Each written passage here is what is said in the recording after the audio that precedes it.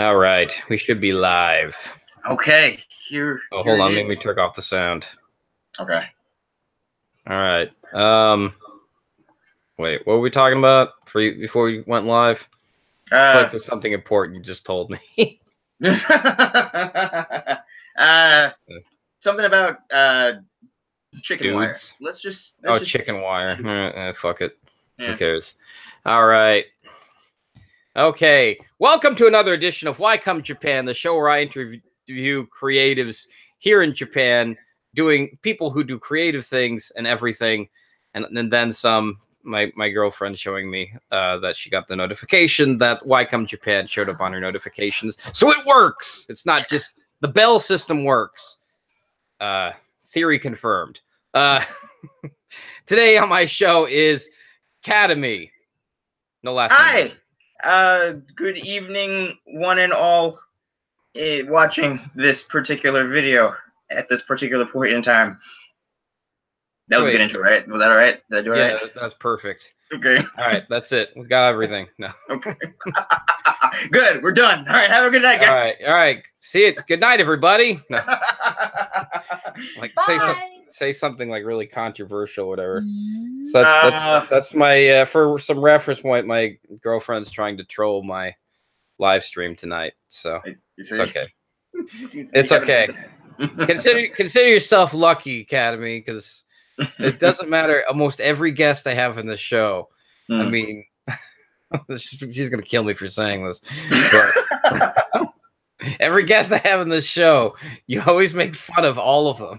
But she didn't make fun of you, so consider yourself lucky. Oh my god! Oh, that means she doesn't know me very well. Oh, okay. Kiki says she hasn't started, so okay. Oh, when I'll be sure to feel the pangs of sadness when it happens. Yeah. Well, mostly it's just she's just like, okay, well, what? Why are you looking at me this way? All right, now I'm getting strangled.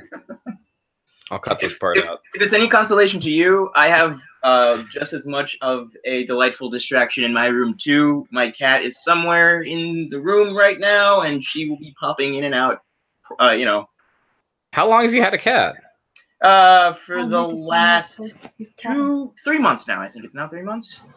I had her since June. So yeah, and it'd be the baby cat. 2 months, 2-ish months. 2 months. Yeah. You didn't get him when he was a baby at all, right?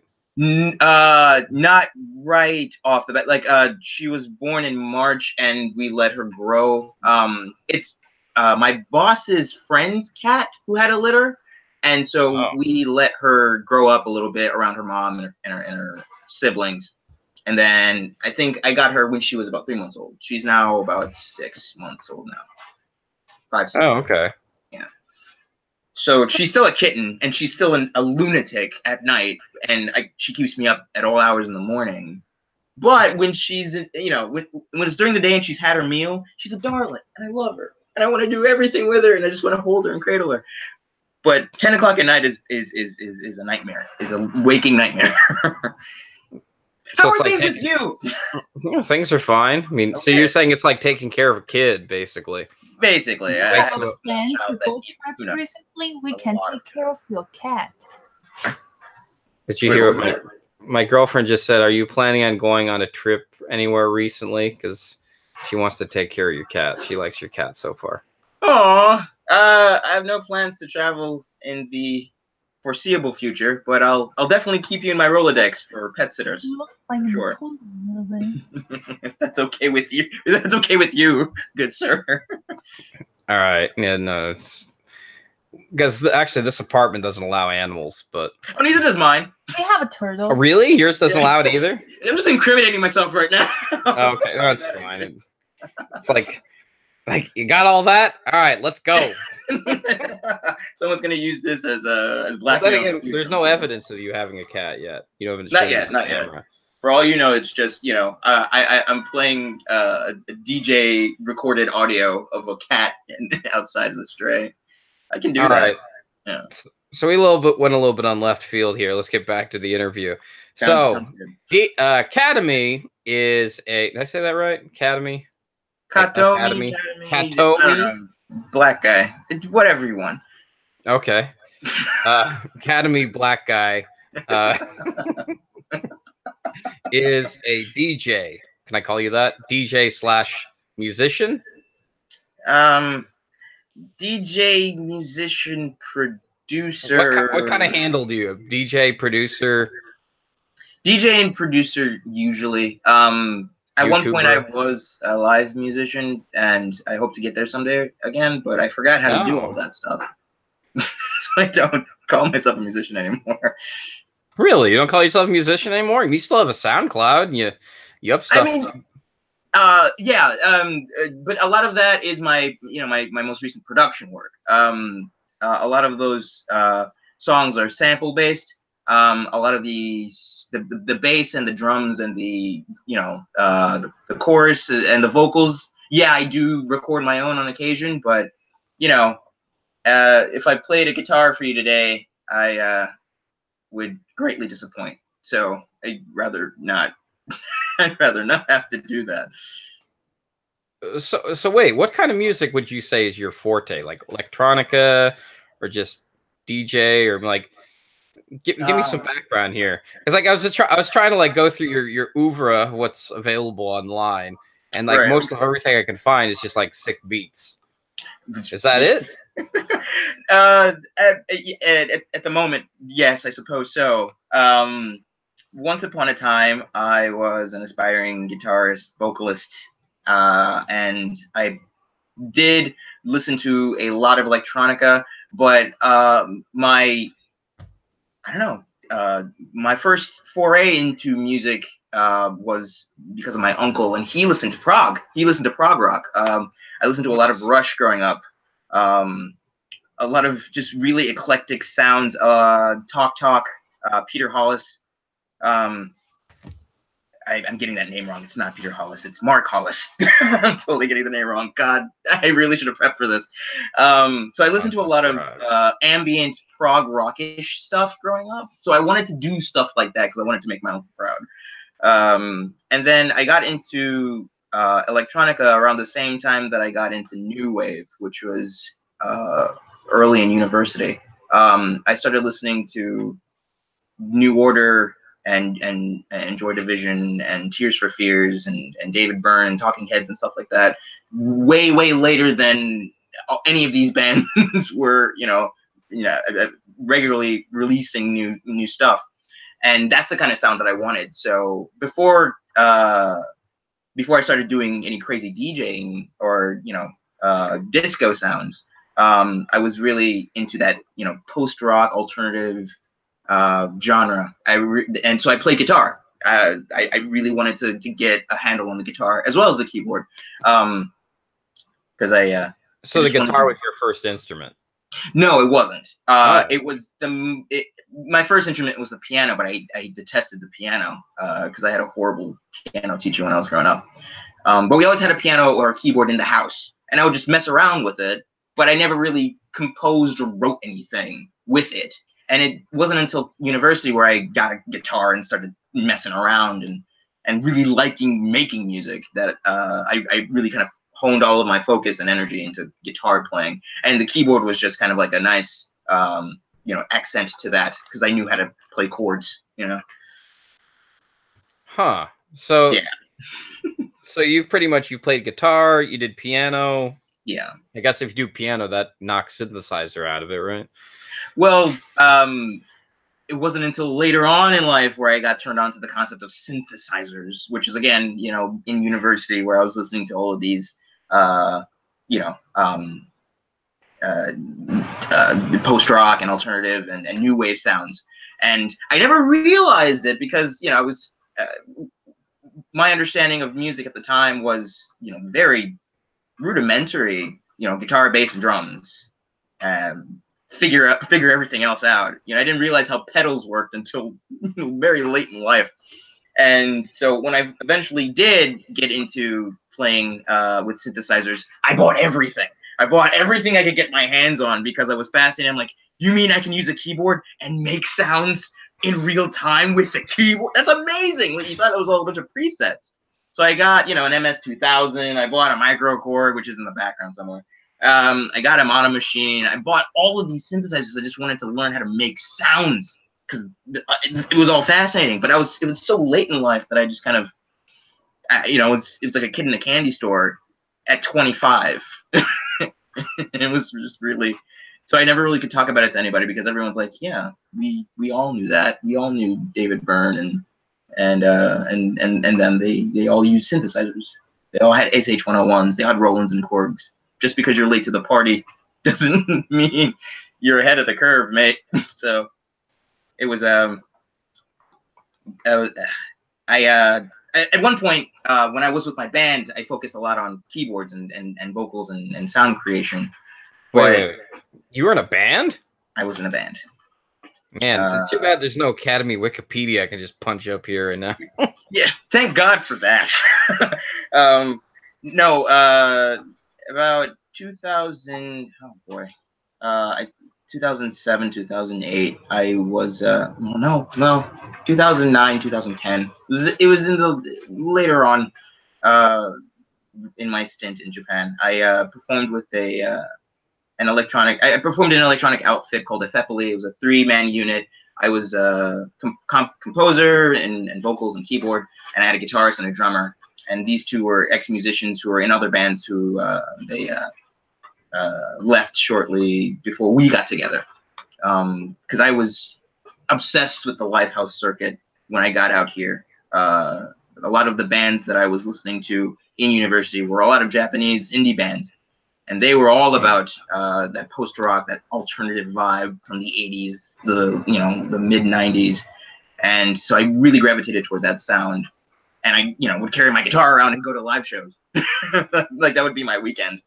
And I got together with a couple of guys, and we all had, affinity for the same type of music. And that was when I really got to buy all the synthesizers and do a whole bunch of stuff with them. And that was when I would consider myself a musician. Interesting. So, what was the name of the band? Ephepoly. Ephepoly. And it broke up? Yeah. We quietly disbanded years ago. I guess about 6 years ago now. Okay. We were performing. We were doing a lot of stuff, but it was around that time where I really started focusing on DJing. I guess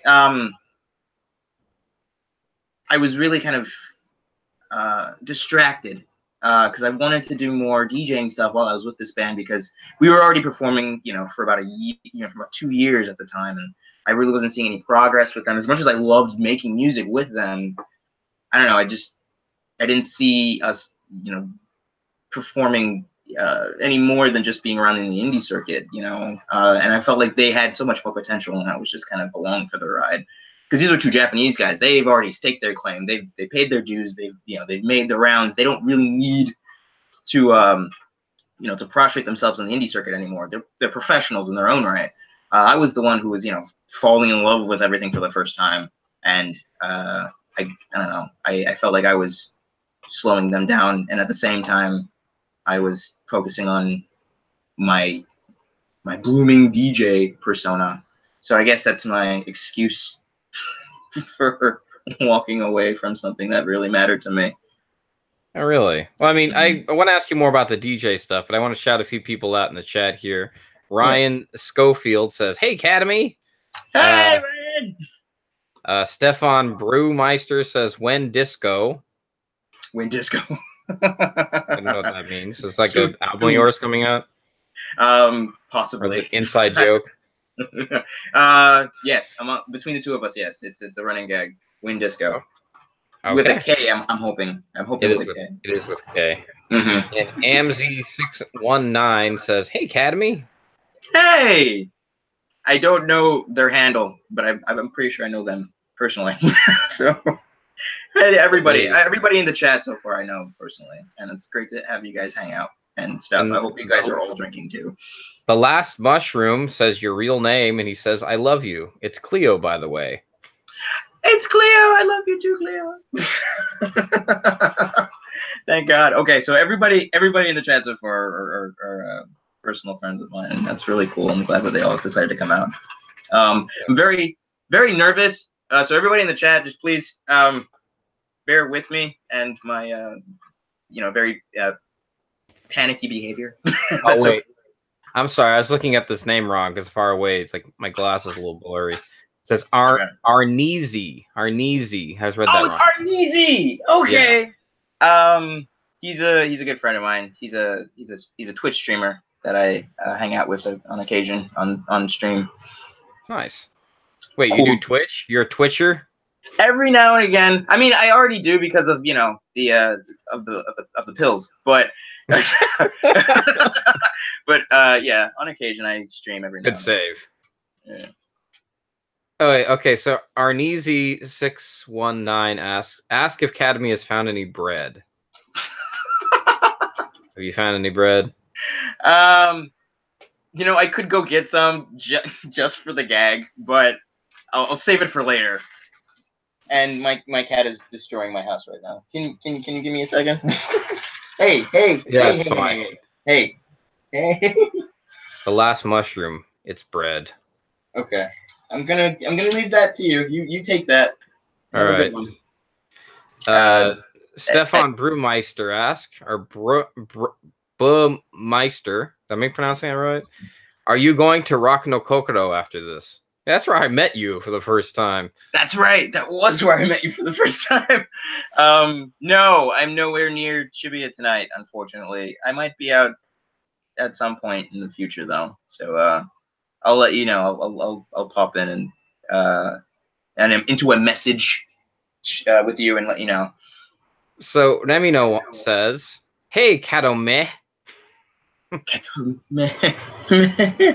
It's oh god, this is so awkward. Yeah. Okay. All right. So getting back to the DJ thing, so when did you start doing that, and what got you into DJing?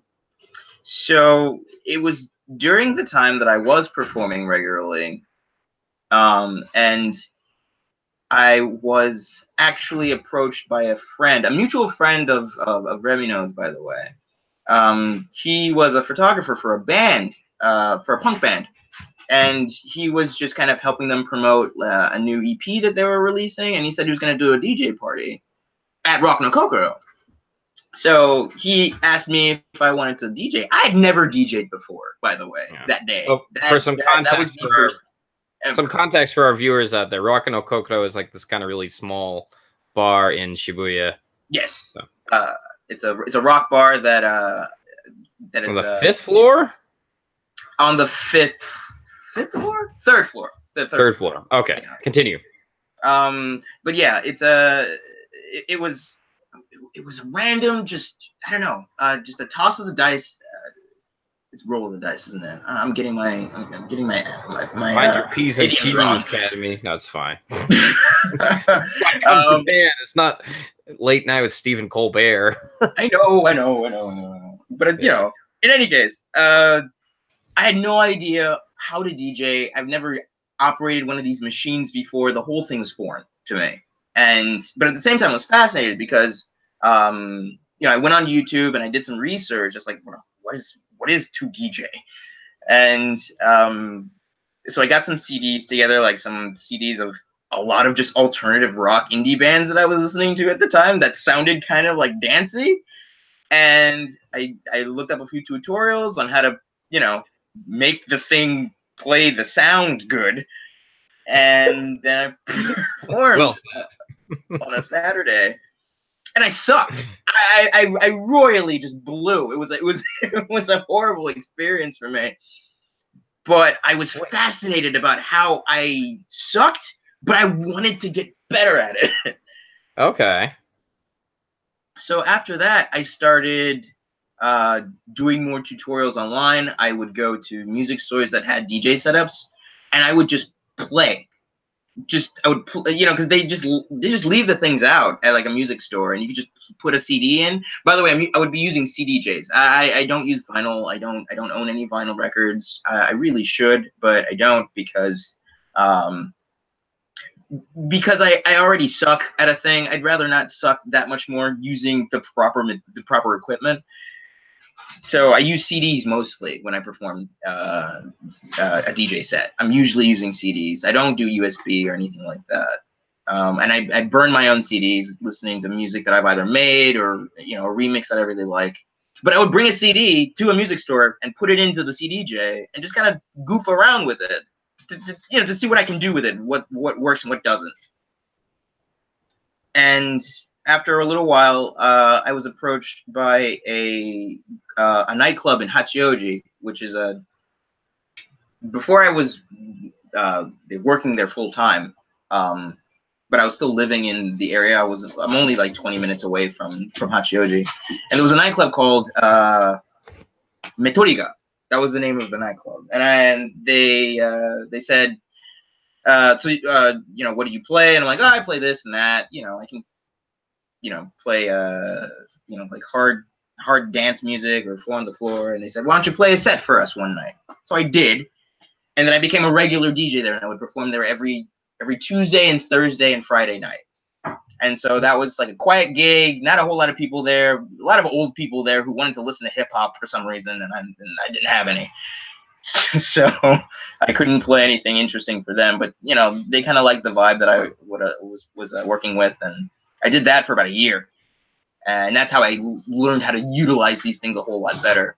And in between that time, I was still performing lives in Shinjuku and in Shibuya, but I could notice that my focus was dividing at the time, and that was really when the band started kind of not performing as often because I was doing this a lot more, and it's really depressing now that I think about it. No, actually, you know what? I'm actually really kind of interested about DJing. What is it that you really liked about it? The instantaneous connection you get when you play the right song for the right people. Mm-hmm. I liked that. You could really do a lot more with playing to a crowd, because my band, we all played original stuff. We were trying to do more covers because we thought, maybe our sound's a bit too eclectic. Maybe we should find some middle ground. But we never did. It was always original stuff that we liked. It was music that we wanted to play. Mm-hmm. But when you're DJing, you can mix and match. And I don't know. It was that when I eventually did figure things out and get a crowd in front of me jumping up and down and dancing, that's when that connection made a lot more sense. I get why people do this, because you can be there right in front of them. You get them in that energy, and you can have it continue for as long as you're on stage or as long as you're behind the decks. And I like that, because when I'm up on stage with a bunch of equipment around me, with my band behind me, I panic. I panic very easily. I get extremely nervous around people I don't know, and it's even harder when you're expected to perform a set with equipment. Like there's a whole lot of flashing lights and buttons and knobs that you have to turn, at the right time, and there's so many foul-ups that we would get on stage, but only because of my paranoia and my inability to, maintain my, my center. And on top of that, you have to sing. So it's like, oh, I don't. Wait, what? You have to sing? Well, I was the vocalist of the band. Oh, I see. Well, you're the DJ and the vocalist? No. When I DJ, I was just the DJ, and that's why it was so much easier for me to just kind of get into a vibe, because I can see what the audience would want right away, and I'd be able to cater to that. Especially if they came to see me, because they know what the kind of stuff I play. Fast forward a few years later, I was able to accommodate that. Oh, I see. You're talking about when you're in the band, not when you were a DJ. Right. Okay. My panic episodes are when I'm in the band, and I have keyboards to play and knobs to turn and songs to sing, and I don't know whether or not these people are going to give a damn about what I'm singing about. But when I'm DJing, it's a lot more relaxed. It's a lot more of a calming atmosphere, and I know when I can get somebody with a song. That was really cool. Well, because there's the meme of, like, what's his name, Skrillex, where it's like it shows a picture of him DJing and it says, "I get paid $1 million just to push play." What is not the case at all? There's a pause button too. Tell me, DJing's more than just pushing a button, right? I mean, you see very much is. All that stuff. I've never DJ'd before, I mean, a friend of mine who has no musical talent whatsoever, but really, I always thought that you had some sort of me. No, not me. A friend of mine. Ah, okay. And I'm like, well, I guess if he can do it, I could definitely do some DJing. Absolutely. You don't have to be a musician to be able to DJ. Let's just get that out of the way. Having rhythm helps. Having a good ear helps. One of the things that I liked to do before a set is listen to my set over and over and over and over again in my headphones. Like I'll bring something with me that allows me to play back some of the songs that I decided to pick out, and then just knowing your knowing what you have in stock, knowing what you have on you when you're performing. It's so important because sometimes you can pick out a key, sometimes you can pick out a beat, sometimes you can pick out a tone or a rhythm that syncs well. And having that ability by knowing what you have in your back catalog really, makes you that much more effective as a DJ. But then again, there are different types of people who DJ. There are wedding DJs. There are birthday DJs who, they're just playing to a crowd. You don't have to mix everything seamlessly. There's DJ Crush. There's all these DJs. Do you have a DJ name, Katohmy? And by no means am I trying to undermine their credibility at all. But they have different skills and they play to those different skills. My skill is making everybody jump up and down in angry, but lovingly angry motion. Lovingly angry. That should be on like your flyer, like DJ Katohmy, lovingly angry music. There you go. I think that was actually kind of one of the I don't know. One of the, I guess it was implicit when we were at Roku no Kokoro and we decided to start doing our own events there. We had an event that a friend of mine and I ran regularly called Shut Up and Disco. It was that was really kind of the birth of the Katohmy persona that I now commandeer to this day. So we would have an event every so often called Shut Up and Disco where we'd get all of our friends who were also DJs that we really liked or other musicians that also happened to DJ or moonlight as DJs on the side, and we'd have them perform with us. So we'd just get this big crowd of people in this small little space playing dance music, and it felt like like a really crowded corner of the hacienda. It wasn't a whole lot of fanfare. We had these really goofy looking flyers that were invisible, but you had to hold them up to the light to see the information on them. It was really quirky and just kind of like our special get together. It was our thing. We were no longer waiting outside and in the snow or in the rain, waiting for like a headliner at Vision or Womb. It was just us having fun, and I got to have fun with friends and people who I respected, playing music that I liked. And all the other DJs also. There were a ton of them, and a lot of them have moved on and they're doing other projects now. But those few years were some of the most memorable, some of the most special to me, and that's why I kept going with the DJ thing because of those wonderful events that we did. So yeah, everybody was lovingly angry because we told them to shut up and disco. Do you still do DJing to this day? I mean, do you still have DJ? But I definitely am not as regular as I used to be. I don't have as much clout in the indie circuits as I used to, because I used to be in live houses every other weekend, if not every weekend. But I just don't do that anymore. I don't have the time. I don't have the energy, and I don't have the getting old. Yeah, it's getting there in age, and I'd rather just sit at home with my cat, who's currently destroying my bathroom. But now I perform at larger events, or my last event I did was Fashion Night Out in Omotesando, where was it Tommy Hilfiger? Yeah, Tommy Hilfiger invited me to perform at their flagship store in Omotesando. And then the year before that, I did Banana Republic. Well, 2 years prior. 2 years before that, and I did Banana Republic. So I only do events where I get paid, if that makes any sense. Hey, man, you got to go where the money is. If I got Right? paid for, I don't know, having good rhythm and good taste in music and knowing rhythm and beats, I'd do it too.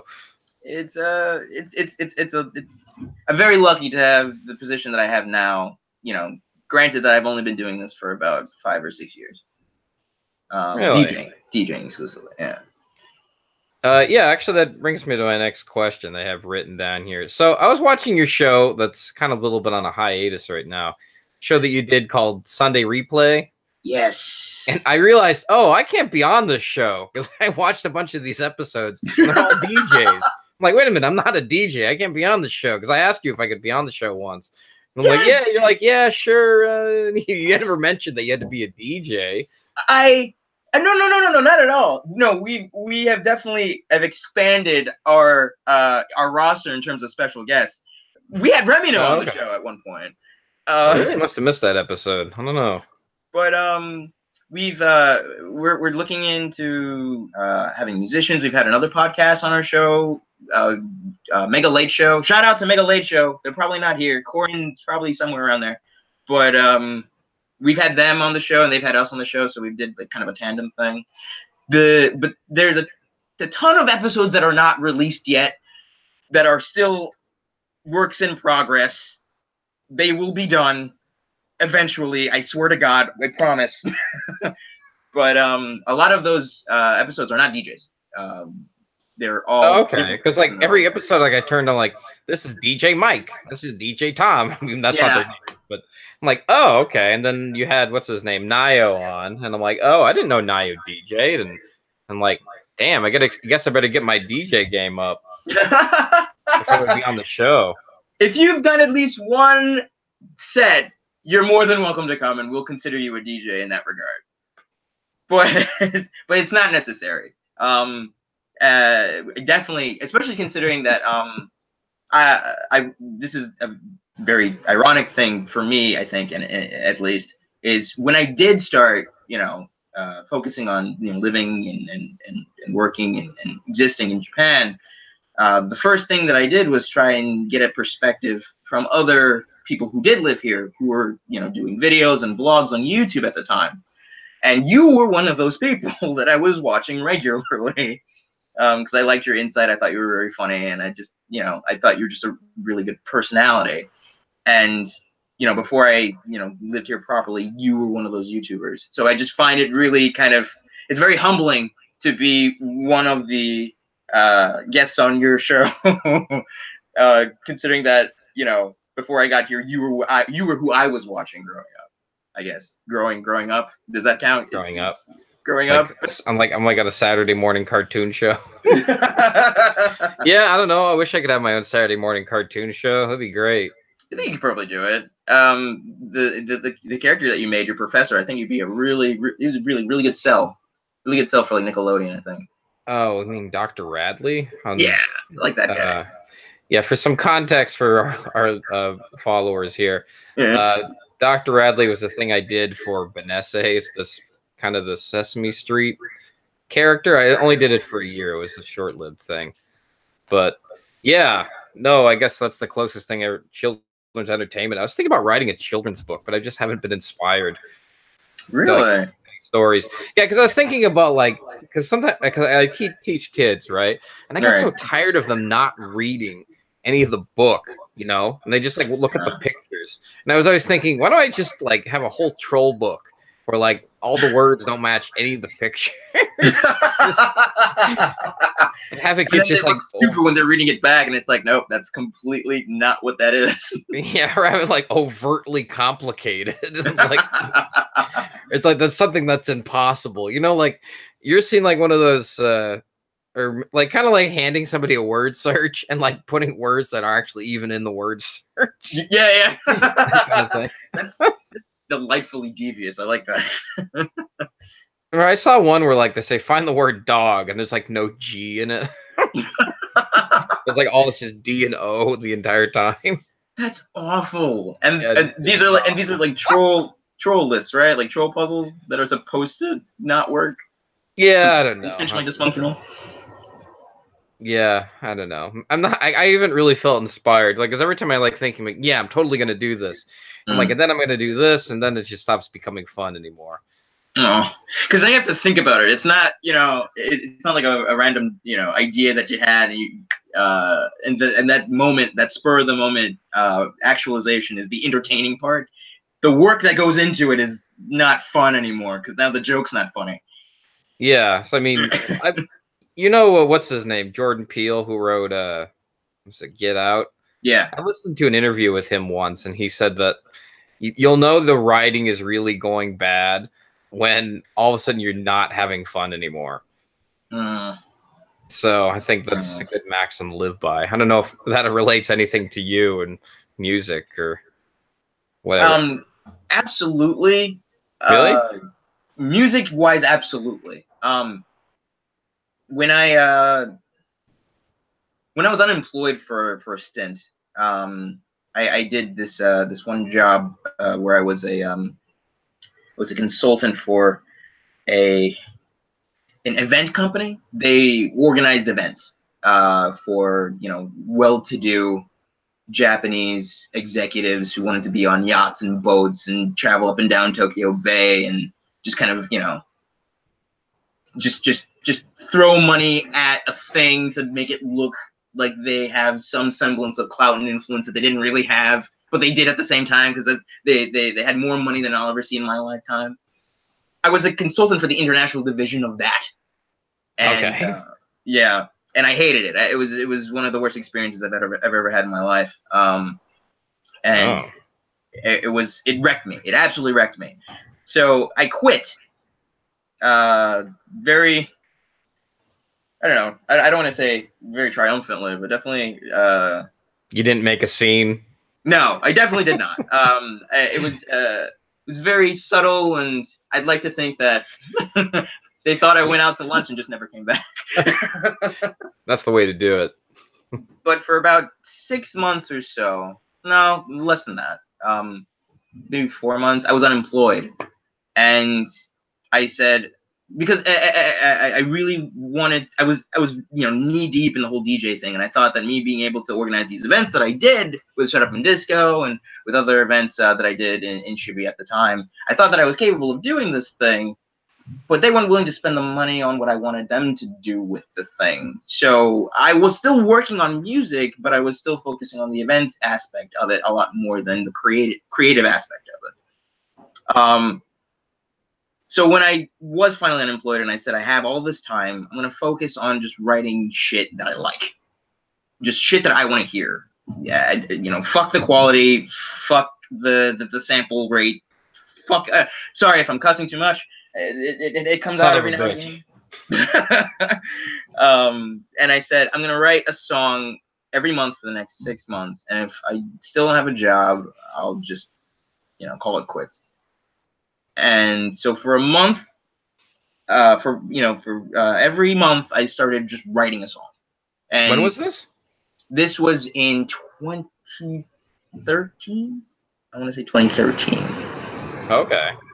Towards the mid 2013, mid 2014. God damn it! It's been an eternity and a half. I don't really remember. I'm horrible at dates. Someone Google it. It's on SoundCloud somewhere. I'm sure. The first one, whenever that first release was, that was when it happened.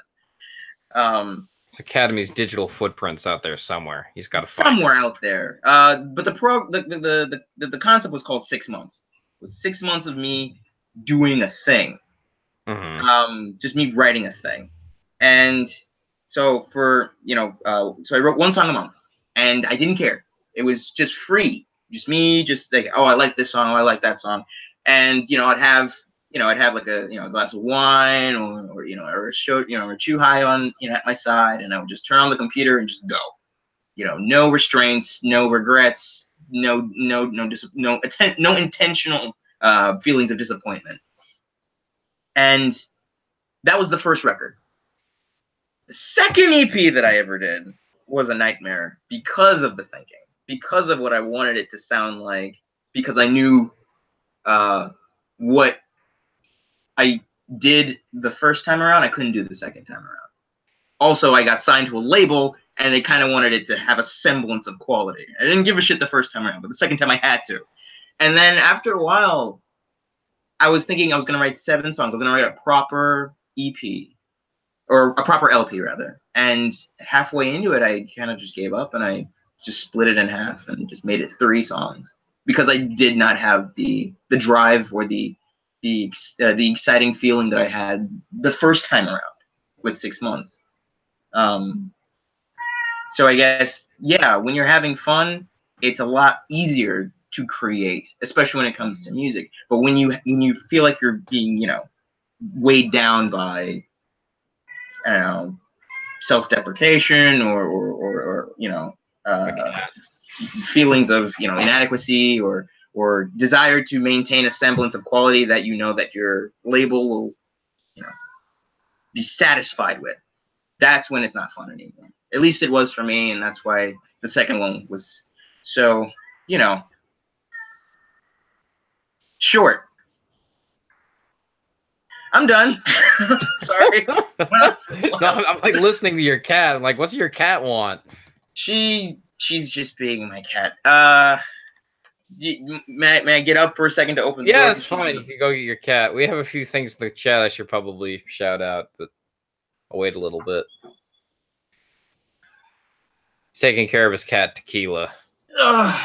She's fine. She's just being Tequila. She'll meow and meow and meow, and then when I look at her and I ask, "What's wrong with you?" she's just lying down, just hanging out. Like, what? I didn't say anything. don't bother me. She's a attention whore. Yeah, a little bit. A little bit. Steve Brewmeister in the chat asks, Katohmy, how much Bitcoin do you have? I have like 0.000093 Bitcoin.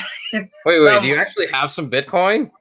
Because I mean, I figured like, what's the big deal? What is the story behind this Bitcoin thing? But I don't have a powerhouse of a PC, so it's not like I can mine this stuff on my own. So I got a Bitcoin wallet, and I kind of just like went around to a bunch of websites and just kind of, you know, oh, click this and get 0.125 Bitcoin or some shit like that. So I did that for like a week, and I'm like, this is dumb, and I stopped. Huh. Well, I mean, I remember seeing like a Bitcoin. They had it in like a gotcha thing, like one of those. What do you call those? I don't even know what you call them in English anymore. What, those gachapon vending machines? Yeah, gotcha vending machines. You just call them a vending machine? Yeah, they're still a vending machine, right? You put coins in and then you turn the thing and it comes out. That's what I'm thinking of, right? Vending machine. Yeah, okay. So I remember they had like a Bitcoin vending machine. I think I saw one like not come No, up. they did not. Really? Yeah, they did. I could take a picture and I'll show you. Oh God. I would ask Stefan how much Bitcoin he has, but I'm pretty sure he is trying to plug his shitcoin, which I am a big fan of, and I would like to invest in his company if he. It seems like nobody's talking about that stuff anymore, though. Like, right? It was really big for a little while there, then it just sort of died out. The whole cryptocurrency thing was it felt like it was a fad, yeah. But but there were so many new cryptocurrencies being released, on the regular for like the last few years. So I'm thinking, are people still trying to make this thing a reality? Are people still clinging to the idea that it's a fad and being ironic about it? Like, I don't know where the hipster layer lies anymore with this thing. Is it like unironically ironic now to have know. Bitcoin? It doesn't really even exist. So I mean, how could it be ironic? I guess like the concept itself, not the actual currency they're in. But like the idea of having Bitcoin, I thought maybe that was like it seemed like it'd only be ironic if it was actually something physical. I don't know. That's just my opinion. I'm gonna take that with a grain of salt. I guess I'm on your side with that one, I think. All right, so on your show Sunday Replay, it seems like all these DJs, and I guess not just DJs, there's other people on the show, they all seem to love video games. Nope. No, they don't love video games. They all hate it. Not all of them. You force them into it. Like today, we're gonna play Mario Kart. You ever heard of it? we the one thing that I really wanted to do, because I realized we haven't even talked all that much at length about Sunday Replay. The idea that I had for it was I still wanted to be a part of the DJ community, but I wanted to turn it towards something that was a bit more down to earth and at home, which was like hanging out on someone's couch, playing video games, and just talking shit. Because DJs, at least in the broader sense of like events, and I noticed that when I was doing events for this company, for the company that I was working for, the event consultation group, whatever, is the DJs don't really have a personality or a voice. They are inherently a name associated with a product that people purchase tickets for to go watch, and that's it. That's the end of that transaction. Unless you know the person personally, unless you know the performer personally, you're not really engaged or interacting with them. So you don't know who the hell they are. They're a name. They're a name, and the music and the genre that they play is associated with that name. So you go to see a show because you like this music, and this guy is one of, or this girl is one of the best performers or the best DJ that plays that genre. So you're gonna go see that person.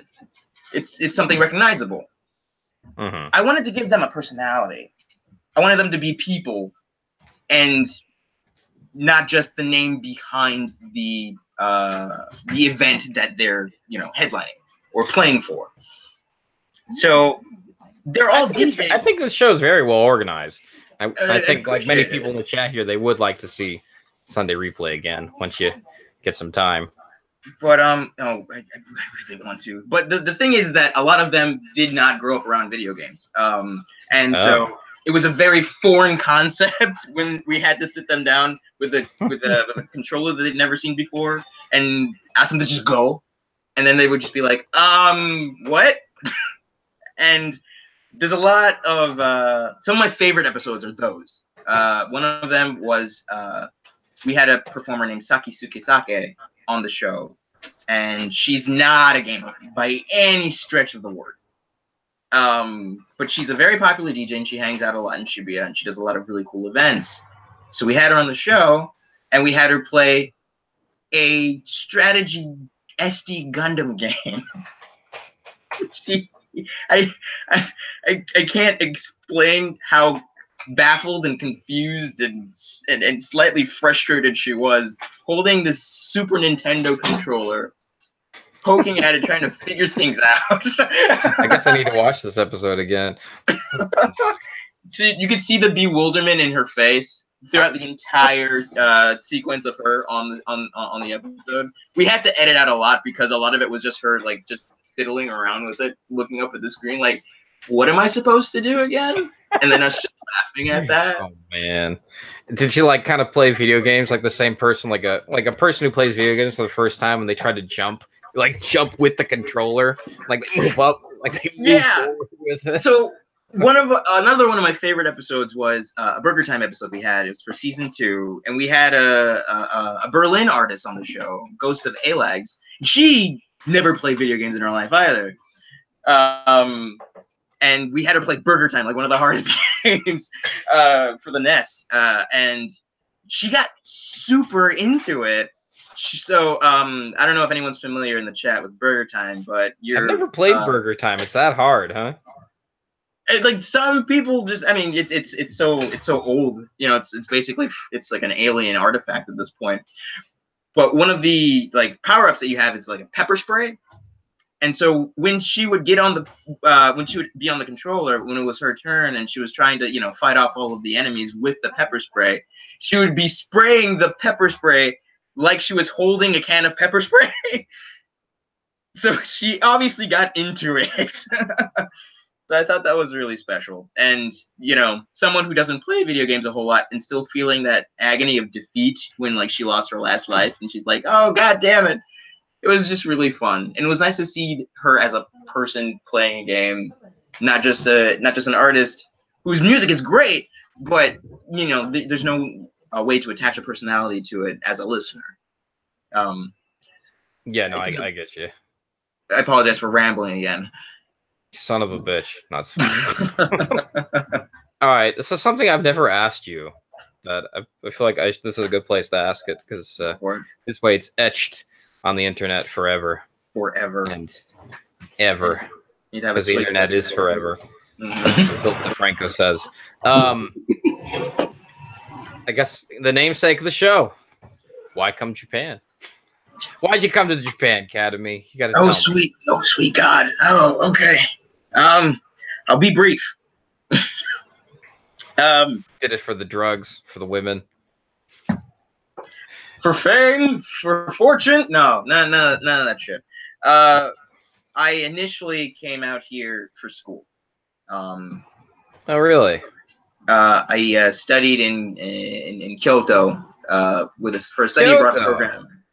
With my alma mater in the States had a sister, Ryugaku sister program with a school called Kyoto Seika Daigaku, which is a school that's focuses specifically on visual arts and media. And we have a lot of foreign exchange students come to my alma mater, and I got along with her, and I told her, like, I'm very interested in going to school in Japan. I really want to live and work there, and I want to do art, which is, I mean, ironically, like, I don't do art as often as I would like to. I mean, granted, if you look up at my wall, I mean, there's evidence that I still do it, but everything that's your art contrary to that. That's you? Yeah, well, joking. Stuff up here is stuff I'm writing. We can get back to that at some point later on if you want to. But I wanted to do this full time. I wanted to be an artist. I wanted to be a creator, an illustrator, an animator, whatever. You wanted to do manga or something? Come again? Were you into manga? I was. I still am. So when I say I initially came for school, I use that as the reason why I ended up here. I've wanted to come here since I was a kid. Since I was a kid, and I watched Astro Boy for the first time, and I didn't realize what the hell I was watching until someone told me where it was from, and I got super fascinated with Japan, and I read so many books, and I watched so many films and documentaries, and did so many reports on it, and I was just fascinated by the culture and the people and the history that, granted, I was ostracized in high school as anyone would expect. So this was really something that I really kept very close to the chest in university. I tried not to let my weeb show, much to my failure. But I tried. God damn it, did I try. So it all started with Astro Boy. Yeah. The first anime that I ever watched was Astro Boy. I didn't know what it was because I was always fascinated with animation. My uncle's a Star Wars geek, so we're always just into like geekdom and geek fandom stuff when I was growing up because I grew up around comic books and card games and I had an Atari 2600. I had that stuff, so this was imprinted onto me at a very young age. I didn't mind it so much. It was when I watched an episode of Astro Boy where I was completely perplexed because it had nothing to do with any of the things that I had ever seen before. I didn't see this stuff in my uncle's comics. I didn't watch this stuff on Nickelodeon. Like, what is this thing? And then I learned through time that it was a Japanese animation. It was nothing like my Ninja Turtles. It was nothing like my G.I. Joes. It was this weird thing. And it was this anomaly that I was just fascinated by. And so I got that much more fascinated as my adolescence went on. In middle school, I played the Game Boy games. I played those PS1 games. All those RPGs. I played Final Fantasy VII. I played Final Fantasy VIII. All this stuff from Japan. I absorbed it all in one big conglomerated ball of just geekdom. And then when high school came around, I'm like, I gotta find a way that I can be a part of this. It's in my head. I'm not saying this out loud to anybody. No, I totally get it. I mean, okay, I got somebody, Simon Nochanama from the chat says, did the reality match the books? Oh, no, of course not. Books meaning I'm guessing manga. Yeah. No. That the first sizes were very misleading.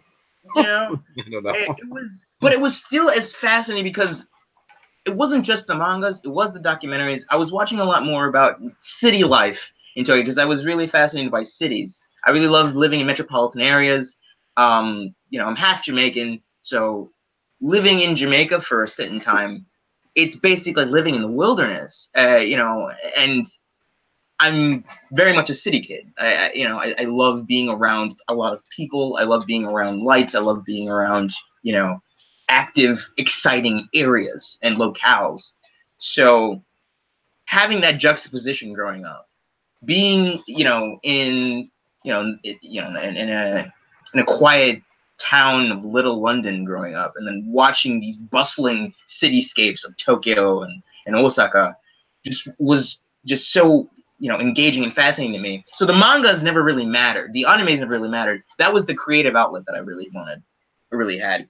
But the visuals were always the things that I had seen in documentaries. They were always in the television shows I would watch that would document Tokyo life. And the vlogs that you and a few other YouTubers that I can't remember the names of them, but God bless them. Kevin Cooney, definitely one of them. Tokyo White Man. Yeah. Like, but these guys were like showing me a world that I was fascinated by, but on a personal level. I don't know. That first time that I did touch down, and I was in Kyoto the first time, and I got on the train for the first time, it was magnetic. I don't really know how to explain it. I was in awe.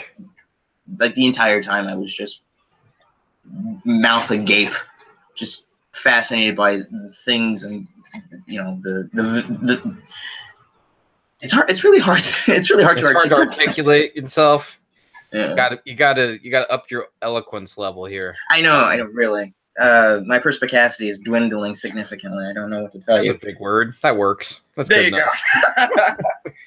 Cat, you're done. There's nothing in it anymore. I think Brewmeister wants to see your cat, unless he's camera shy. Sure. No, she's not camera shy. She's just being a lunatic right now. Hey. Look at people. Look, there are people over there. Say hi.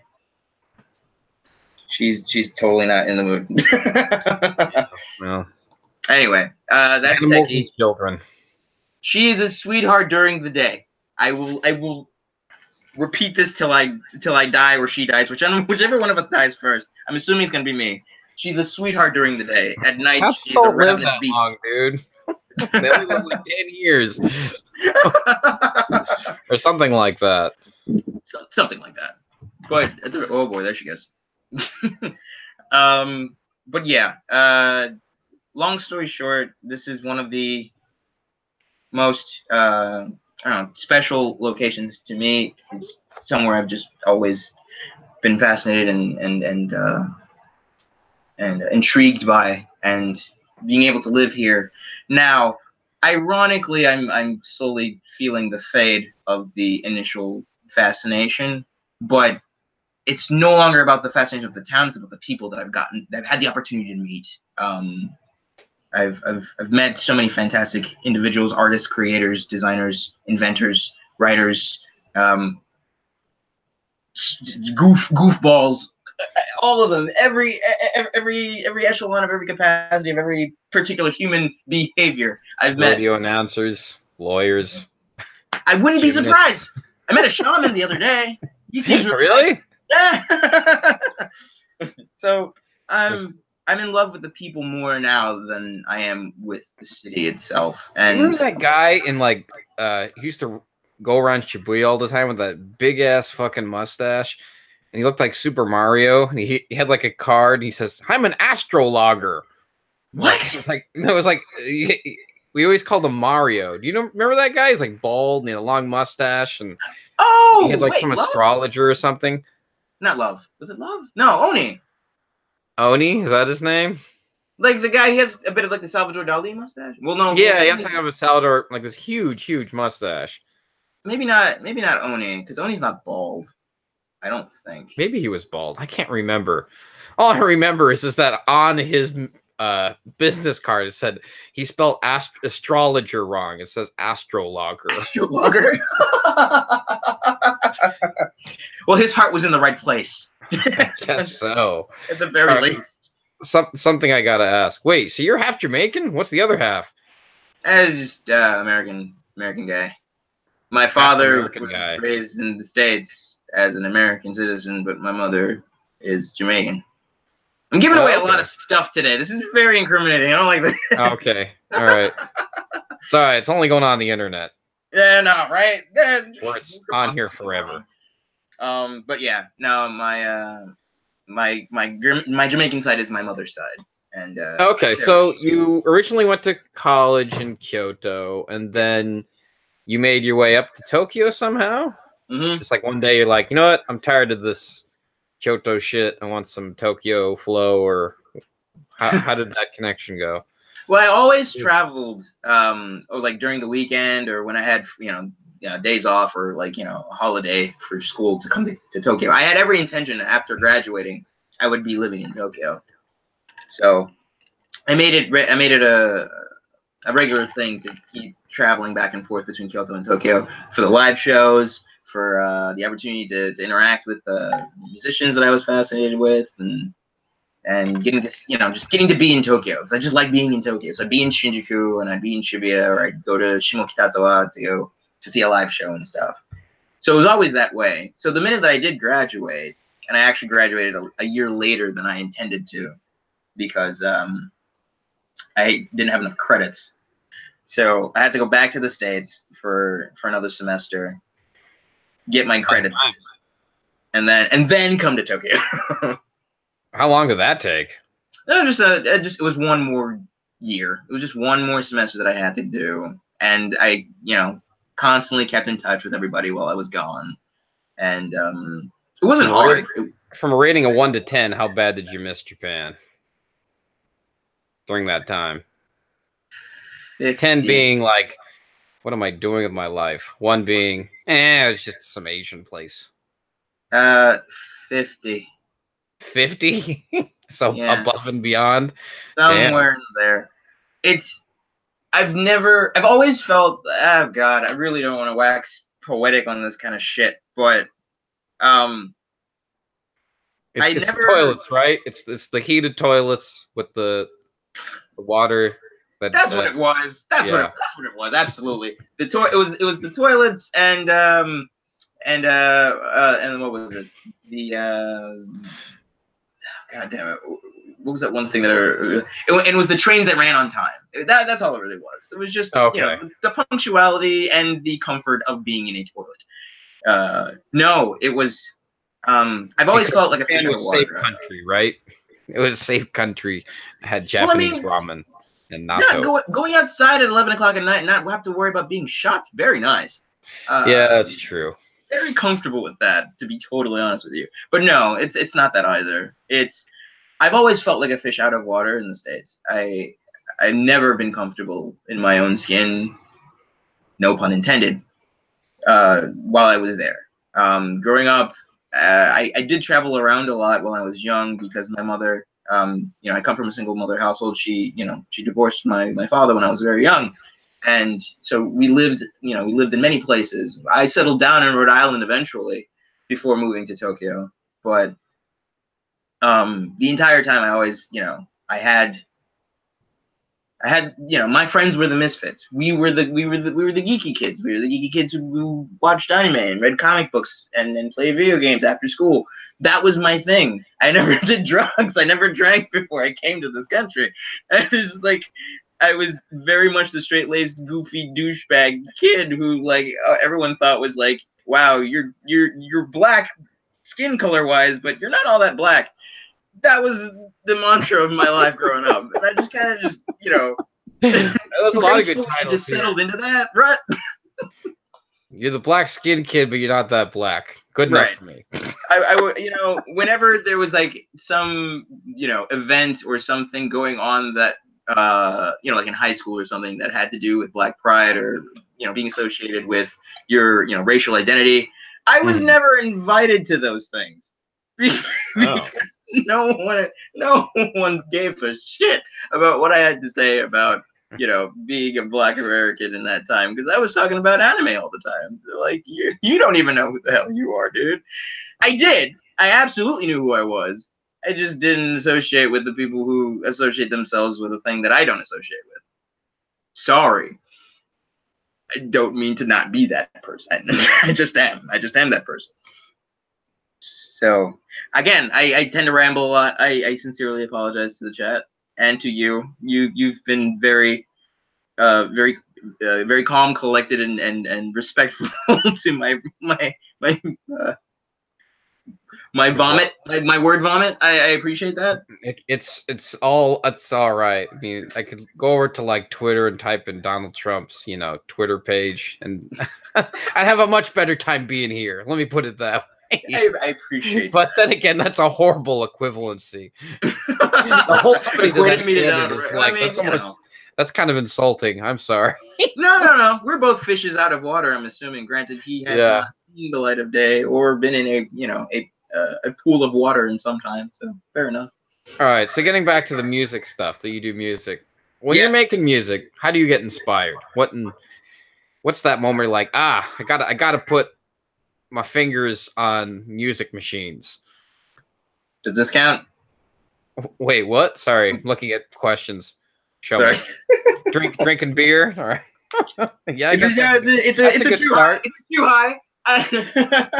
What flavor is it? Peach? In my clandestine alcoholism. No, but what's the flavor of it? It's a summer flavor. It's orange. It's orange. What is it? So Chew High is your drink of choice. I prefer it. I like the fruity flavors. Writing music is really an ebb and flow. Like if I'm working the night before, I'm not gonna put pen to paper. I'm not gonna plug in equipment. I'm just not. Because it's the body is exhausted, and the next day is potentially more exhausting than the night that you want to plug stuff in. So what I'll do is I'll plug things in on Friday night before I go out or do anything. I'll get all of my equipment and I'll just set everything up. I wish I had visual aids to show you this kind of stuff, but everything is kind of its own box. So like if you look back there, like there's two examples of them there. There's a microKORG synthesizer and then a mono machine modular sequencer synthesizer back there. So they're all like these boxes, and they all have their own power source, and then they also have to be connected audio outs into a mixer, which is over there. I'm not gonna get that because that's too damn heavy. And then I plug everything in. I'll have like 8 or 9 different things just plugged in and on, and then I'll leave the house. I'll lock the door and I'll just leave the house and I'll just let it all sit there for a little while. And I'll get some, I'll meet up with some friends and we'll have like a night on the town, and then I'll, come home. And then when I get home and I take a little nap and then I wake up, then I'm going to write something. That weekend, that Saturday, Sunday break. That's when I write something. That's a lot of setup.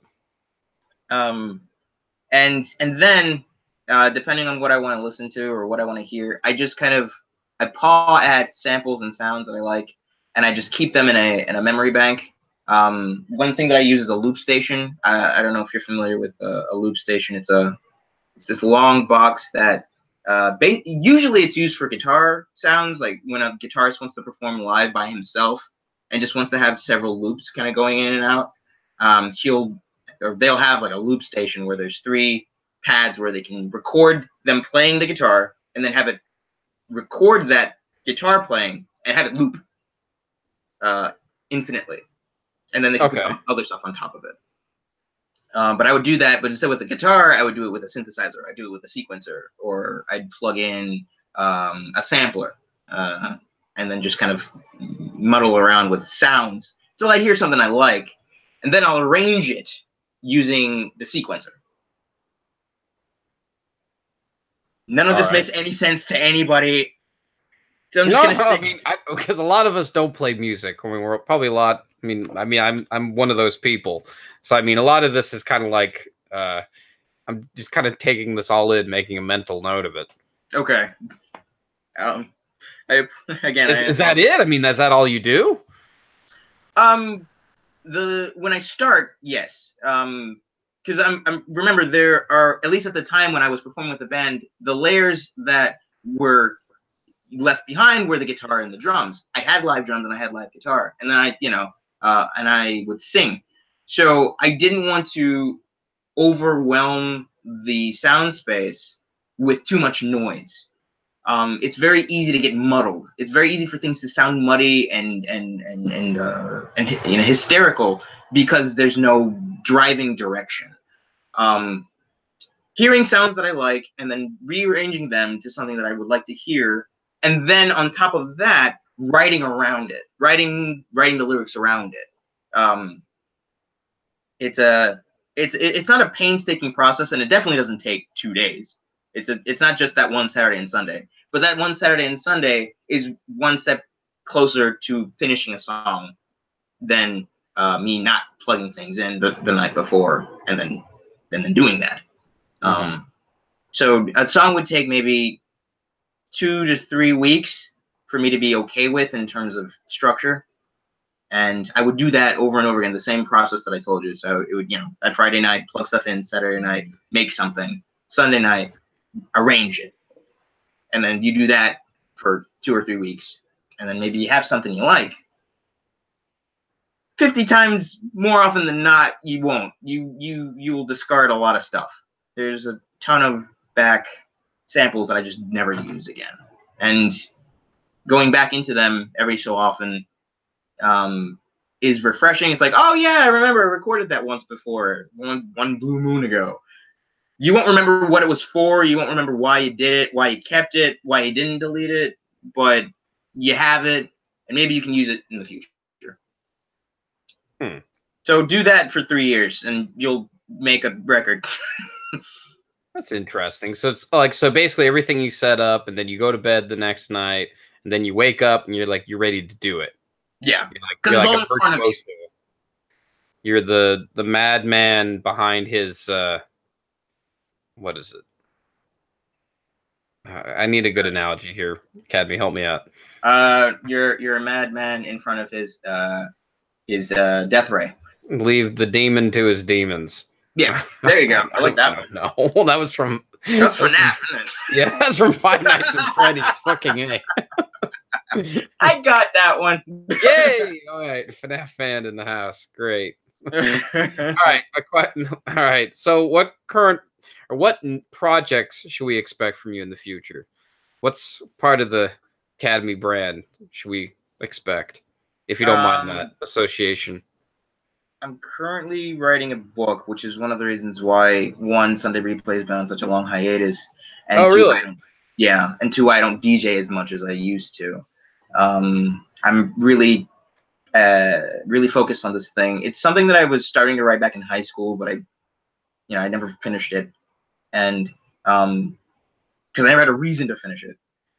But now, after all the stuff that I've done, all the life that I've lived, all the mistakes I've made, all the people I've disappointed in my life, I think it's time for me to just kind of settle down and say, this is the last thing I'll ever do. I promise. And great American novel, huh? Yeah. But the other issue is I don't know whether or not it's going to be a novel as the final product. Whatever it ends up becoming, I still don't know that yet. I'm writing it as if I'm writing a novel / screenplay. I don't know what it's gonna turn into shortly thereafter. I'm what it's about? Illustrating it too. Oh, so it's a graphic novel. What's it about? It's a sci-fi horror story. Hot dudes in space. See, don't steal my idea, Radrey. No, that was a joke, dude. It's too real. It's too real. No, that sounds like fucking Yowie, man. Hot dudes in space. See, but that sounds like that's. I didn't have a title for it yet. Now I want to steal. No, I'm kidding. I'm kidding. It's a Solaris meets Silent Hill in space. Wait, it's Silent Hill in space. Yeah. Silent Hill in space. I'm sold. Okay. It kind of reminds me of, what's that one? I mean, not to make fun of your project, but I mean, no. It's, I mean, it's a good selling point. I mean, it's very simple. It's like a couple of words, and you can automatically just picture it. But I mean, like, what was that one? It was like Nazis in space. Did you see that movie? Nazis in space? No, well, now I want to. I had no idea. What was that one? It was a movie about Nazis in space, like space Nazis. Were they zombies? Let me type it in Google here. Space Nazis. It must come up. Yeah, it comes. Iron Sky. Yeah. No, I never saw it. A friend of the show, Norman England, one of his friends, actually subtitled this movie in Japan. Oh, really? Yeah. Iron Sky, space Nazis. What a claim to fame. I think I might have to watch that now. Yeah. Is it a recommendation on your part? I haven't seen it. I mean, okay. A friend of mine told me they watched it, and they said it was a little too goofy for them, but I should watch it probably. If you're into Nazi movies. Yeah, sure. I mean, come on. Space Nazis? Well, there's Surf Nazis Must Die. That's a Troma I've movie. heard of that title. Is that a sci-fi original? No, it's a Troma movie. If you know Troma. Oh, God, okay. Okay. Yeah, one of those. Fair enough. Those are always fun. How long have you been working on this book? So again, like the initial premise I had for it was way back in high school, but I never fleshed it out. It really was like big boobs and robots because you're in high school, you don't know what the fuck you're writing about. But now I'm trying to write something very effective. Oh, it's not Russ Meyer in space. No, well, I mean, yeah, in high school probably. Oh yeah. This one's a lot more. I'm trying to write something intentionally cerebral. I don't really want to get into details with it just yet because I don't want to make it sound like I'm tooting my own horn. I've read all the, I've been reading Jean-Pierre Luminet and Pascal, and I'm really understanding, the human condition on a much more, expansive level than I used to, and I don't want to do that shit. The book will do that for me. I don't want to do it in an interview. Mm-hmm. But I do want to talk about the micro and the macro. I do want to do a bit more of the, cosmism versus cosmic pessimism thing, where having worth and having worth and merit in life is pointless to a void that is completely inconsequential to your existence. An unforgiving, unthinking, unemotional universe does not care about the whims, desires, and needs of the organisms living there within. And that's what I want to kind of explore. So why in space, though? Do I have to be honest? Yeah, sure. I mean, you don't have to. I mean, if you don't want to tell me, you don't have to. Because it's cool. You can just say that. That's fine. Well, I'll take it. Because that's clearly not the thing I want to do, but I kind of want to say it because space is cool. No, because there are giant robots in it. Oh, and they wouldn't be able to exist on Earth. Space. Well, there's less gravity. I mean, they could float. There's that. There's Pacific Rim too. I mean, there's the one kind of interesting thing about space is how little we actually really know much about it. Yeah. I mean, like, there's that movie Gravity, which came out a couple of years ago, and even that movie. It had moments in it where you're like, wait a minute, outer space is zero gravity. You wouldn't like, what's his name? George Clooney, when spoilers for a movie that's 3 years old, but George Clooney dies. I'm sorry, did you see that movie? I didn't, but I knew he died. All right, I just spoiled it. And George Clooney dies in that movie. And it's like, no, there's no gravity in space. You wouldn't float away. You could just push yourself and get back to whatever. All I'm saying is that space is one of these frontiers that really hasn't been, looked at. It's not like there's a lot of people there's some people who, they're like rich people mostly, have just been to outer space. I mean, perhaps you could like make a conspiracy theory that we've never actually been to outer space or what. But yeah, I mean, I do think there is some parts of outer space which are very interesting, that it's a good, I don't know. I read this book one time by John Truby called 21 Ways and How to Be an Expert Storyteller or something. Have you heard of it? No, not at all. And he often talked about how certain locations say a lot about the kind of story you're trying to tell. Like, for example, if it takes place in the desert, you know, the kind of people who live in the desert, they're kind of like really because like the sun is really extreme, you know, and then like it's in the middle of nowhere, and it has this kind of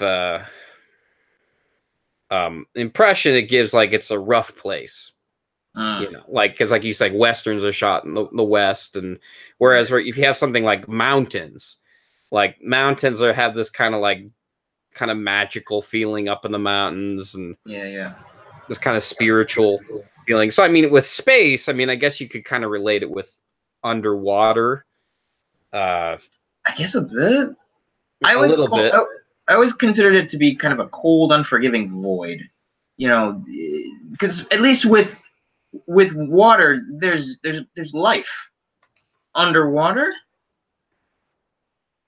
that you can see. I don't know. I don't know. Maybe the visual metaphor is there, but I don't know. In terms of context, I feel like space is a lot more of a. Hey, I mean, if it's space is the location, it's got to be space. I mean, lots of great space stories. I don't know. What was the last good space movie I saw? Alien, but then again, that wasn't even in theaters. I saw that as a kid.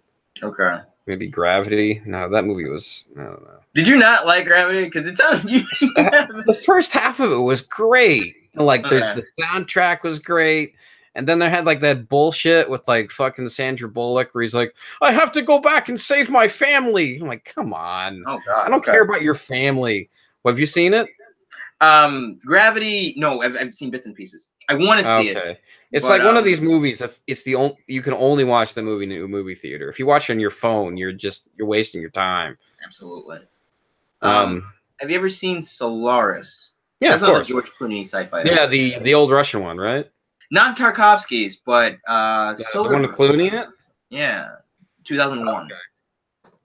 Okay. Yeah, that one's a bit more accessible than the Russian one. The Russian one's really confusing. It sits on you. It's a 3-hour slog, dude. Well, it's like, what? That movie, Solaris, like, it takes place in Tokyo, and, like, there's one scene where they're driving through Tokyo, and it's, like, 15 minutes of them driving. Don't get me wrong. It's a classic in its own right, but it's not something that the average moviegoer would sit down to and appreciate anymore. I don't think that the attention span is there. All right, so Arneezy619 in the chat says, this book better have a story arc about bread, damn it. Yes, it will. It very much will. Granted, because the joke comes from a Silent Hill 3 quote. So, there'll be bread. Wait, that's a Silent Hill quote? There will be bread? No. It's bread is the quote. What's the inside joke about this bread stuff that keeps floating in the chat? I'm sorry. If you don't want to explain it, you don't have to. But it's a wonderful thing. I've been meaning to change my my streaming away portrait to an image of Heather Mason, who's the main character in Silent Hill 3. Right. Going through a bakery. And she stumbles upon a tray of bread and lovingly declares that it's bread. And at the time, it was just really funny. But again, it's context. You had to be there. Oh, okay. One of these things where you had to be there at the certain time at a certain place. Yeah. Usually I'm playing, like horror. I'm playing like a lot of Silent Hill games on my stream. And when I do eventually get back to doing that, I'm going to finish Silent Hill 3. But that's the running gag. One of them for Silent Hill 2, because I played Silent Hill 2 last year, was Doors. Where is Door, if he remembers? But that's years ago, and Arneezy doesn't like retro hipstery stuff. So bread's the new thing now. Oh. So wait, you stream yourself playing video games? Yeah. Okay. What else would I stream? Okay. Well, I mean, that's the end thing now, streaming video games. And what else are you going to stream? I guess this. This was fun. This is Two delightful. dudes talking. I'm having a wonderful time with you right now. Well, one thing I wanted to ask. I mean, I want to ask you about this. What do you think about Silent Hills getting canceled? I was disappointed because I did like PT. I thought PT was a really, really great demo. Oh man, I was so freaking disappointed. Yeah. Man, I was like reading conspiracy theories for days. Right? No, same. But like, I totally want. I want Kojima to like come out. You know, Hideo Kojima. For any context, nobody doesn't know what Silent Hill is or Silent Hills. Right. I totally want Kojima to come out on Twitter or something and just say something like, "Oh no, we finished Silent Hills and the game is out there. You just gotta find it." That would be amazing. I know. Like, wouldn't that be awesome? It's a scavenger hunt. Oh, it'd be awesome. I mean, like, then you find out about somebody on the internet finding it. It only works now. I mean, this like 20 years ago, this wouldn't work. This wouldn't, right? Because everyone's so interconnected on social media. It's the only way that this thing could work. Yeah. As much as I do love Kojima, because now we're gonna get nerdy now. I'm sorry, it's happening. As much as I do love Kojima, I don't think he understands Silent Hill. Oh yeah, well I mean, there's so many good names attached to it. Junji Ito, what's his name? Junji Ito, yeah, Junji. Junji, that's his name. Junji, yeah, and Junji Ito, Guillermo del Toro. Yeah. I mean, Norman Reedus is okay sometimes. He's all right. I mean, I watched The Walking Dead. Name. Right. I watched The Walking Dead. Oh, okay. Well, we won't get into it then. Yeah, well, I mean, unless you want to talk about it, we can. But anyway, what are you gonna say? I cut you off. I don't think Kojima knows or understands. He doesn't understand Silent Hill. That's what you're saying. Because there have been so many ever since 4, or rather after 4.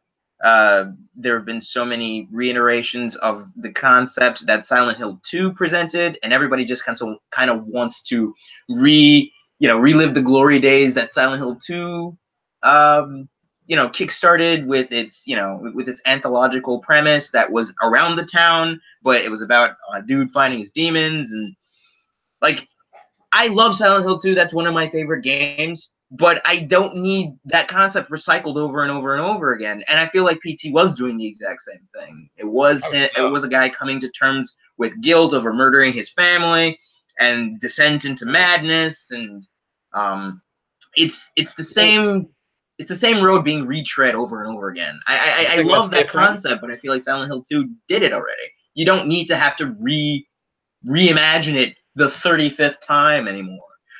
And I think Kojima understands that, but he also has to garner some, he has to elicit some curiosity, to the fans. Or when he made the thing, he had to do that because Konami clearly didn't want to give him a budget. Well, I mean, the way I saw it is kind of like, to me, it's kind of like the Mozart theory. It's like if you take a piece of work, it's like if you see the movie Amadeus, right? Yes. Like there's that piece of like, this is the one movie I've seen. Finally. Go ahead. I mean, there's that one part with Salieri where he writes this piece of music, right? And then Mozart, right in front of him, he takes that piece of music and he makes it much better, right? He like improves upon it.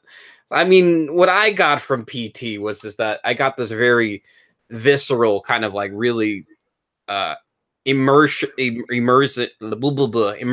There we go. That's the word. Yeah. Okay. Immersive kind of feeling when I played that game, because it just kind of had this feeling of like there's no escape. Like when you push the pause button, the whole game is still breathing. To be able to. There's so many like tiny little hidden secrets. It was so unsettling. Like something I really haven't seen from like a game before. It's true. And even more so, like Resident Evil 7, Biohazard 7, whatever, owes everything that it did to PT. Everything that game did was basically mimicking what PT did. That very unsettling atmosphere, that first person, that feeling of no escape, the walls that are closing. It's exactly what PT was attempting to do and did it a lot more successfully. So you're not wrong. I don't disagree with you. I just think that it's it's a scary haunted house simulator, but it's not Silent Hill. You don't think so? No.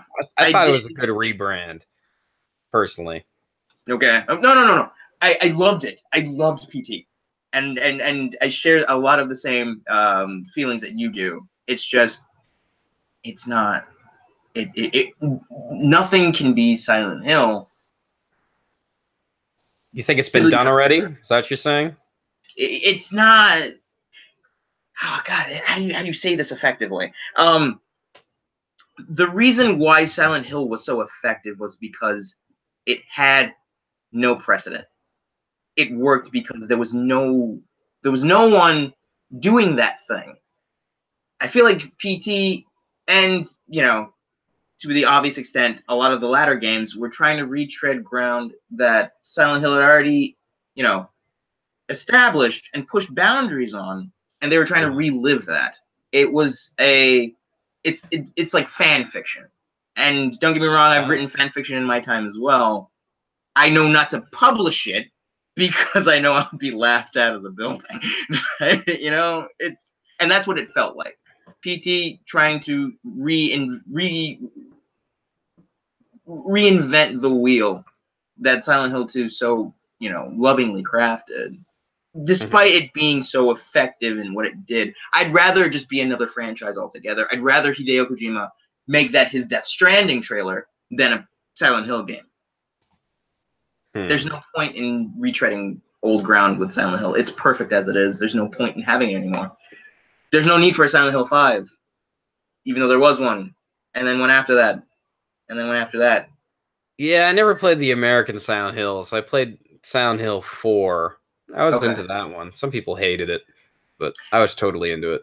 But it was, and even that, the mechanics were completely different from the first 3 games, and people were upset about that because it was Silent Hill trying to make new things and push new boundaries. I feel like that's what the series is supposed to inherently do. I'm gonna just be rambling about Silent Hill for an hour. No, it's a great game. I mean, I know I have friends that make, or not friends, I mean, people I know who have channels all just dedicated to Silent Hill. So, I mean, it's about your Silent Hill's somewhat about your book, so this is okay. We can segue. The segue's fine. Okay. I trust. Arnezy in the chat points out, has a good point. Resident Evil 7 was developed before PT, and he is right. There were parts of Resident Evil 7 I really did like, though. Resident Evil 7 was a good game. I mean, it was good. And I'm really looking forward to the remake of RE2. That's gonna be amazing. I'm really excited about that. I don't know about you. Wait, they're making a remake? Yeah, there's a remake of RE2 in development now. It's gonna come out in 2019. That's right. I did know about it. Yeah, I saw that. I mean, it looks pretty graphic, which is looks pretty graphic. What is it? TQ Sam in the chat says Silent Hill 4 was originally intended to be a Silent Hill game. I did not know that. Wait, she said it wasn't originally intended to be a Silent Hill game? Yeah, I guess not. That is a actually that makes sense. But it's a false truth. I love you, darling, but it's a false truth. Silent Hill 4 was in development always, and they were not going to rename it something else. That was just a fallacy that Konami put out because of the poor reception of Silent Hill 4. Mm-hmm. Hey, so I know this shit. No, okay. All right, no, okay. While you were doing that, I looked up fan fiction that actually turned into decent novels. Twilight doesn't count. Yeah, that was actually on there. No, I'm sorry. 50 Shades of Grey doesn't count. Yeah, no, that's what it was. 50 Shades of Grey and Twilight, surprisingly. Like, no, those don't count. The one in here that seems legitimate is Orson Scott Card, if you know who that is. He wrote Ender's Game. Orson Scott Card, yeah. I guess what is it? He was trying to write Old Testament fan fiction. Are you serious? That's what it says here. Like, what? That's amazing. It is amazing. Or maybe I'm reading this wrong. It's pretty funny. I want to see his take on Sodom and Gomorrah. I want to see where that ends up. Right? That's the only interesting one. I'm just trying to say that not all fan fiction's bad. No. Neil Gaiman. Neil Gaiman's Sandman series. That's supposedly pretty good. Oh yeah, I guess I could see that. Neil Gaiman was a huge Lovecraft fan. Yes, he was. He very much was. I want to think. Who's the writer of Watchmen? Dude. Jesus, what's his name? I saw the movie. Never read the book. You never read the book? Comic book. What is his name? Dude. Beardy guy. Everybody in the chat, look up. We're using Watchmen author. Zack Snyder. No, oh God. No, it's not. Alan Moore. Alan Moore. Alan Moore is a maniac, but a genius when it comes to writing. He's an absolute lunatic, but I feel like he understands Lovecraft so much better. Really? And I don't know if he wrote fan fiction for it, but I remember there was a comic series that he helmed that was supposed to be about, not the Zodiac, but what was it? It was, oh no, I don't remember. It was some, it was some like tribal or like some, not a cult, but like this a very foreign religion that he reappropriated, and he told these. It was like a 12-story book that had to deal with the 12 elements in the stone that they believed. It was the weirdest psychedelic shit, but he did a very good job of it, and he made it very cosmic, and and it's one of the reasons why he is considered to be a modern day, I don't want to say modern day shaman, but like a modern day, what's the word that means person who, not like a modern day almanac, like a Nostradamus-like figure. Almanac? What is that called? I know what an almanac is. Like he was able to predict the end times in the book. Oh, like Nostradamus, that kind of stuff. Right. Prophecyist. I don't know. Like a soothsayer. Right. I don't know what the name. Read Alan Moore. Just read Alan Moore and read all the weird shit that he writes about, because he does it a lot better with Lovecraft than I think Neil Gaiman does. But Neil Gaiman's a genius. I just think Alan Moore is a bit more on the kooky side, and I feel like that works a lot better. Says prophet? Is that what you're talking about? I guess a prophet then. But he does a fantastic job with the literature that he utilizes and tells this other interesting story. I feel like Neil Gaiman's a better human drama writer. And, and then Alan Moore is about the cosmic, all about the cosmic. This is really, really, like, I don't know. I don't get to do this a lot. Well, I was thinking, like, what is it? What is some of the stuff you think it'll appear in your book, kind of this Lovecraftian kind of stuff, or is it more? I guess, how would you separate Lovecraft from Silent Hill? I guess with the narrative that I'm attempting to achieve with this particular story is, it is about the macro more than it is about the micro. The main character goes through these cycles of guilt and grief, and so it is Silent Hill too. Yeah, shut up. But at the same time, it was a great idea. I still think it is. It is. It really, really is. PT Silent Hills, for the record. It's a fantastic game. For the record, everyone should play it at least once. Well, if you could still get your hands on it, Konami tried to like get rid of it. So there's the HD collection, but don't touch that with a 10-foot pole, please. Really, that bad?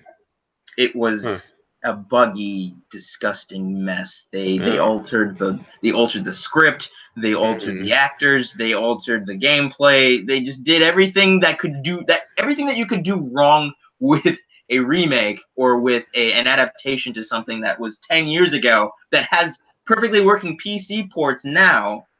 They did it. They did everything wrong.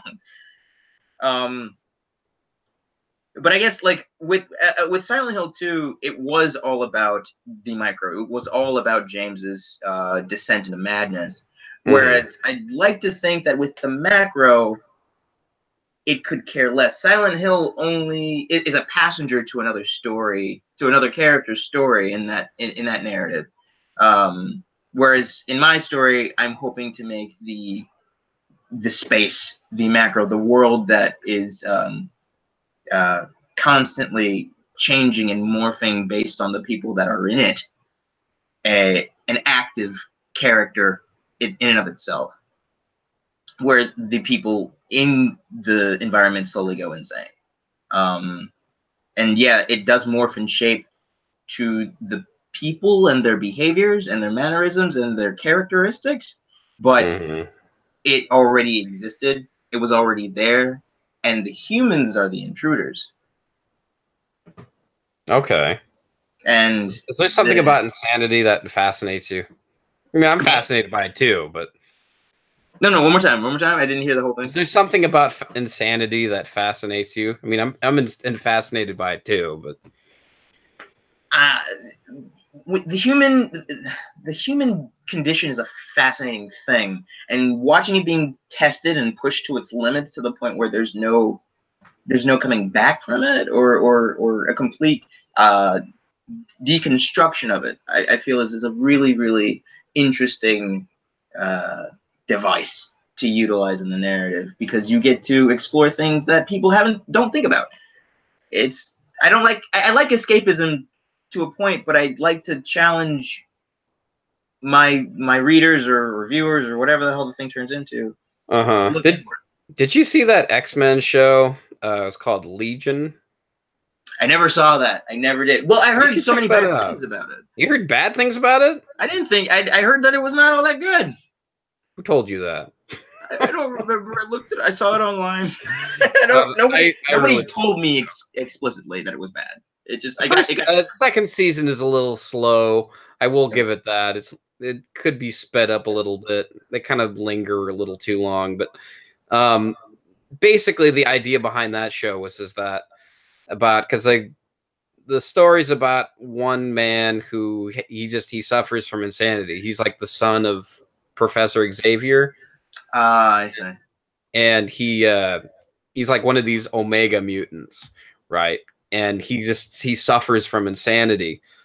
And the whole second season, the first season kind of talks about how he has this parasite attached to him, and he thinks that's what's causing him insanity. And then the second season is about how is about delusions, really. And it talks about how humans are the only real animal that goes insane because of delusions that they have, or things that they believe. Oh, now you make it interesting. I don't know. I thought it's an interesting show. It's a very cerebral. It's like, imagine David Lynch directed, an X-Men comic. Okay. I mean, it's what's his name? The guy who directed Fargo, Noah Hawley. Okay. The TV show, not the movie. Oh, yeah. Wait, wasn't Fargo Ben Affleck? No, did he not direct that? No, it was the Coen Brothers originally. Coen Brothers did the show called Fargo. Wow. Can you cut that? Somebody cut that part. That's fine. Ben Affleck. With the director's name. Oh, I'm thinking of that other movie that he did. And Argo. I'm thinking of Argo. That's what I was thinking of. Sorry. Oh, Argo. Yeah, there you go. That was better. Argo, the TV show. Yeah. Don't you know? Yeah. Okay. Anyway. Okay, so Legion is a recommendation. I don't know. Simon in the chat saying, I'm sure there are some crazy animals too. Maybe, I don't know. I didn't really restate the thesis of the show very accurately, but it was very compelling. Okay. And I think if you like shows about mental mental storytelling, not mental storytelling, stories about mental awareness, then I highly recommend it. Okay. I'll stick around for the next season when it comes out. All right. So all right, I do have one last question. Go for it. Before, so I understand you teach art here in Japan. Mm-hmm. Would you like to talk about that or not really? I teach art. I don't know where else to go Like with that. what kind of art do you teach? I mean, there's many types of art, like drawing kind of art, music art. 2D, digital, and oh god, the thing. Mostly digital and mixed media, and a bit of traditional. That's the word I was looking for. Traditional 2D art. So I work with charcoal, work with paint. Right now we're using watercolor and not oils, but oh god damn it. Why do I not remember things? Gouache. Get another swig of that Chuhai. That usually helps. I know, right? Jog my memory. Watercolor and gouache mostly now, and charcoal and digital work. So a lot of work in Photoshop, and I'm also trying to introduce a lot of the students to Clip Studio, which is what I'm currently using now to animate a sequence for the upcoming episode of Sunday Replay. Nice. Which will totally be out in this year. You hear that, guys? That's why you came to the chat. That's why you came here, to learn all about that. 2018 Sunday Replay Revival. I swear to God, it's going to happen. That's going to be the tagline at the bottom. I swear to God, it's going to happen. Believe me. Should be the hashtag. Gonna happen. It's right now the company that I work for, they're really kind of focusing right now on arts and sciences, and they want me to be the driving force behind the visual arts department. So they've been giving me a lot more classes revolving exclusively around teaching art, and I'm working on a portfolio for one of my students so that they can go to art school. Nice. So it's really rewarding. I get to see, I get to see the progress, and I don't personally consider myself to be all that capable as an artist, but especially considering that in university I was chewed out a lot by my professors because of my style and the fact that I didn't show up to class a lot. But I get to see that progress, and I get to see that that desire to create and to do amazing things. A lot of these kids, honestly, because a lot of them are just junior high school kids, they all really like what they do. They do it in their spare time. They doodle and stuff. And I'm like, you can make your doodles, exciting. You can do stuff with them. So I get to do that. Yeah. One thing I find really interesting about Japanese kids is how they always, it's kind of like, you ever heard of the Kruger-Dunning effect? Yes, of course. Kruger-Dunning effect. Yes. For some reference for people out there, Kruger-Dunning is a effect. I don't know what you call it. A syndrome? I guess not a syndrome. I think it's just a condition. It's just a condition. It's a condition where you feel like you can do something, but you really can't. You can't. Like, for example, there's one guy. Yeah? No. Continue, please. There's one guy who supposedly put lemon juice all over his face. And he said, because I have lemon juice on my face, no one will be able to, like, the security cameras won't be able to see me. And he believed this. Totally believed this, right? It's kind of like this feeling that you have more merit than you actually do. Yeah. Whereas, like, in Japan, it's like the complete opposite, right? Yeah. I have these students who feel like they can't do anything. And then, like, I'm sitting there looking at their doodles. I'm like, oh, my God, that is so cool, Like, draw that again. They're like, no, I'm not good. I don't know what I'm doing. No. It's absolutely true. Like, they'll Do you have this problem? With a couple of students who just started, yeah. But then like day 3, day 4, they come out of their shell and they're like, yeah, I could always do this. They always were capable of doing it. They just never did in this medium, and they never showed it to anybody before. So it's like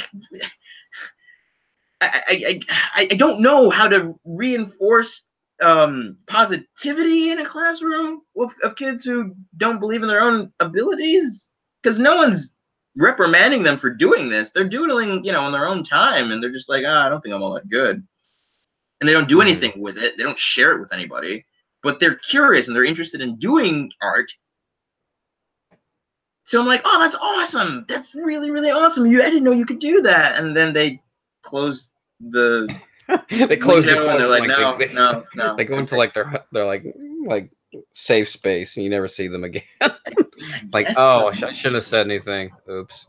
Right? I mean, with one of my kids, the one that I'm, helping her prepare her portfolio for high school, she is like desperately seeking approval for the work that she does, and I don't give it to her because I know she knows that she's gifted, and she obviously wants that, she wants the serotonin. She wants that feeling of like accomplishment, and I tell her, no, you got to do it again. So I'll have her do 10 pieces in like a week, and I'll say, let's pick out the best of the 10. And I'll pick, 2 of them that are really good, and we'll pick one that's not as good. And then I'll have someone else come in and sing her praises. So I'll have someone come out, from outside, like a staff member or another teacher, and be like, hey, come in here. What do you think of these pieces? Oh, and they won't shut up about how amazing the work is. And then she gets that. She gets that, that feeling of accomplishment. And then, they leave. And then I say, okay, so what's the next piece?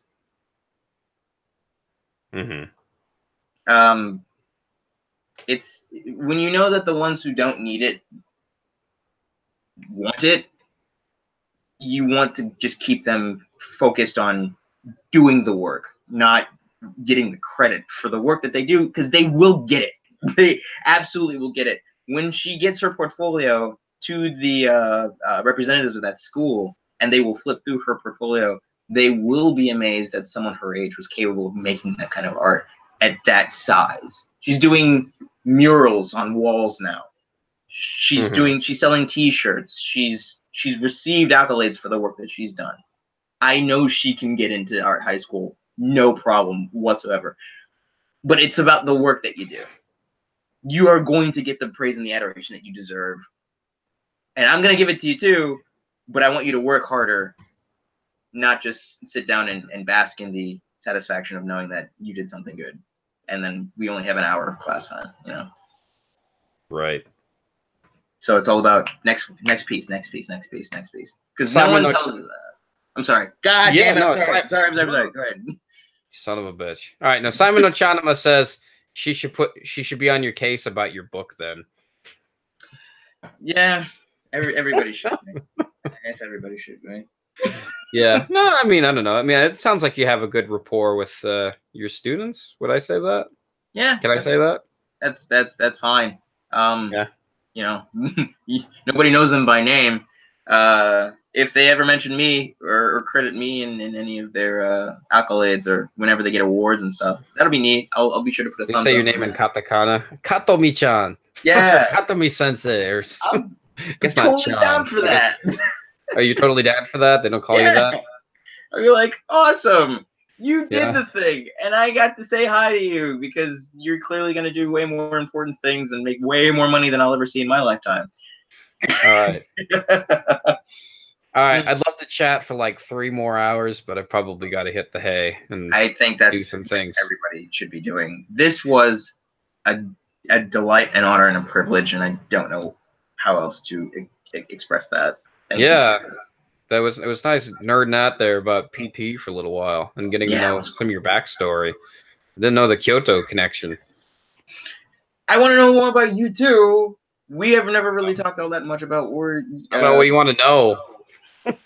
I make a YouTube channel called Why Come Japan. I try to do every week to help validate my self-worth. I don't know. I was thinking about this actually today. I was thinking like, you know what? I really should stop putting all my eggs in one basket. I should like go back to my movies that I wanted to do. Because there are 2 scripts that I have just lying there that kind of need to be finished. I'll probably go around to finishing them. The stuff that you were doing, even when I was watching you back in university and you were doing your vlogs and stuff, you did talk a lot about films, and you did do a few like short films too, didn't you? Yeah, no, I still have those short films. I mean, they're just kind of like they're edited, and like some of it's kind of. I mean, you could probably relate to this because like sometimes you make these short films and like you kind of feel like you're embarrassed by them. You're like, oh, this is so cringy. Like I can't show this to anybody. It's like I hype this up so much and it's so freaking bad, you know. Yeah. Like I think I showed the worst people because I want to hear like the most critical criticism, right? Okay. You Like, want them to be unrelenting. Yeah, and so I always ask the worst people who are like, it'll be so critical. It's just like I don't want to touch it like for 5 months. That bad. Like, oh Jesus, you're so right. Like, well, I'll go work on something else. So definitely agree with that. I'm okay with. I'm on the same boat in that regard. Yeah, I mean the two films that I've been working on for ages. I mean, I will put those up at some point. I'm trying to do it this year, but it's sort of like, where's the time, you know? Is it time? I mean, granted, it's time consuming to write these things, but also, you know, getting the materials, the equipment, the. Well, I mean, the biggest thing with the films I'm working on right now is that there's some editing problems. It's just like the pacing is weird, and I can fix it with some, you know, some editing techniques and stuff, but that's going to take a while. Because like what really, I mean, I've read tons and tons of screenplay books about this stuff, and it's sort of like when you read so many screenplay books, they kind of give you an idea. Or I read somewhere in one book once that imagine that you write the whole movie out once. That's what a screenplay is supposed to be. The whole movie's supposed to be finished as a screenplay, and then because once you start shooting it, the whole movie gets taken apart because nothing's going to ever look the way you want it. Exactly, like, that's true. Nothing. You know, so it's basically you'd have the screenplay and you just rip it apart because there's tons of things that just won't work. You know, like things that'll work on paper aren't going to work on film. Right. So then you're out there and you're shooting the thing and you're like, well, let's just do this. You know, and you think it's a great idea, or you're pulling your hair out because you know because you know what you're shooting is shit. You know, and so I mean. How do you? But you have to push through. You have to see it through to the conclusion. How do you? You know, train your brain to not think about it while you're mid production. Mid production, you just I don't know. You just go with it. You wing it. Okay. I mean, I've only done this twice, so I mean, the third time's going to be like you're going to have to really. I'm going to have to think on my feet because I mean, I've worked in other people's movies. Former guest on this show. Norman, who made his movie, I mean, he's really a nervous wreck when he makes his films because I mean, like, he's so nervous and he's worried about so much, and I mean, it wasn't fun working with him because he's just everything's freaking him out, you know. And I mean, I think I remember watching an interview with the Angry Video Game Nerd once when he made his film, the Angry Video Game Nerd movie. The movie, yeah. He was talking about how. The movie itself is just like, or not the movie itself. He said that he heard somewhere from some guy or something that said you'd have to be insane to want to make a movie. It's like there's just so many things you have to be worrying about. I mean, I don't know. So, I mean, relatively, the movie only gets going back to that book, the movie only gets put back together once it's edited. Then you have to sort of figure out how to make it from the original screenplay. But the problem I made, the mistake I've noticed I've made, was that the screenplay I made for these films, they weren't really finished, which is why I've gotten really, over the years, really pedantic about like making sure the screenplay is perfect. You know, otherwise, if it's not, then it's sort of like I'm going to have some problem during the filming, and I'm not going to know what to do, and I'll have none of these problems where it's like I get to the post-production side of it and like, oh, dude. Right. And like another problem is you're using real people, you know. It's not like they're just, you know, pictures you're drawing, you know, and then people are like, when's it coming out? When you're gonna see it? You know, like it's working on it, and you're like, I don't know what the fuck I'm doing, you know, and you're pulling your hair out. You're like, I don't know how much percentage of it's done, and it's like I can't maintain face for this long, you know. No, you're absolutely right. But even then, like, because when it does go to post-production, when it goes to editing, and you're sitting down with all of these pieces of raw footage that you're trying to piece together, is that initial fear always there till the very end? Because maybe some things, we meant to reshoot this and we didn't because I forgot, or we meant to shoot this from another angle, but we never got that camera working, or something like that. Usually Does the that happen? fear is not there. I'm not really scared, or like, I mean, well, maybe I'm only scared when like things go really wrong and like I have no idea what to do, and it just feels like I don't know, running on empty or something. And I did have a few moments with the last film, Daikonashi, where I was feeling that, and I'm like, I don't know what I'm gonna do here. This isn't working, So I mean, it will get released. There are some cuts of it I do like, and I probably will release at some point. But anyway, long story with that one. I could make 3 YouTube videos of that. Really? Like makings of Daikonashi? Yeah, I don't know. There's so much I could talk about. So many mistakes I made. Where it's just like, oh, that wasn't smart. Oh, that wasn't smart either. Like, oh, I shouldn't have slept with that woman. Oh, that wasn't good. That sort of thing. That was a mistake. Hooray for mistakes. Yeah, right. Anyway, for errors in judgment. Yeah, that went places. Oh God.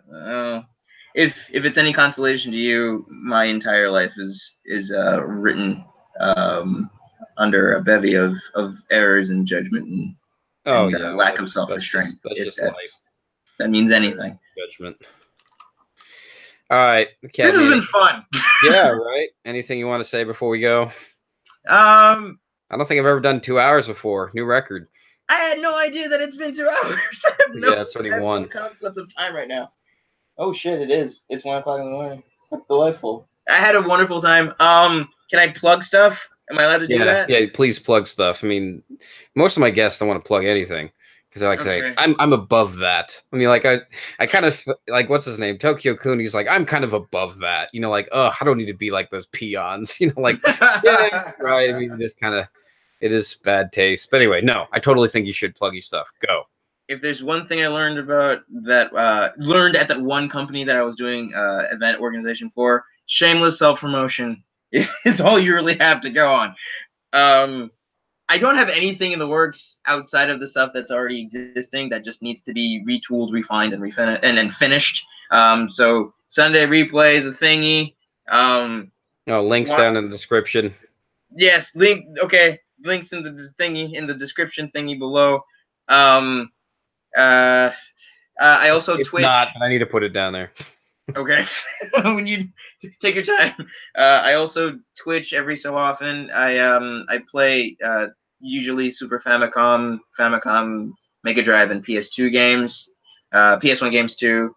I love to just kind of goof around and shoot the shit. I haven't been around all that often, but I plan on doing it again next month. I'm gonna do some Silent Hill streaming. Nice. Bread. What's your streaming handle? Just my streaming handle is Future Mute. So twitch.tv/Future Mute. That's a whole other name now. Oh God. Can't you just make it easy? Like, what's his name? Ninja. Just put right. But I have no. I have no funny quips. But then again, it's really hard to like get all those names. I mean, I was trying to get Radrey.com, but I have to pay $80 just to ask the guy. Oh wow, really? Did someone else already have it? Yeah, they got it a couple years ago. I don't know. I was being stupid. I should have got it when I had the chance. But anyway, early bird catches the worm. Live and learn, indeed. I mean, I don't know. Why come Japan? Why stream Japan? Maybe that works too. I mean, I don't know. Some celebrities do that. What's it like? Markiplier does Markiplier-gram for Instagram. That works. Anyway. You can wait, what's your Twitch name? New Horizons? What? No, what? That's a children's book. Future Mute, because Future Mute. Yeah, because when I get older, I plan on not talking anymore. There's a meaning behind that I don't want to get into. But yeah, so I stream on Twitch under that. handles. Like Eminem, the man with many names. Yes, or Satan. Either or. Pick your poison. I don't know, I thought we had Godhead, but cooler names: Yahweh, Elohim. That's true.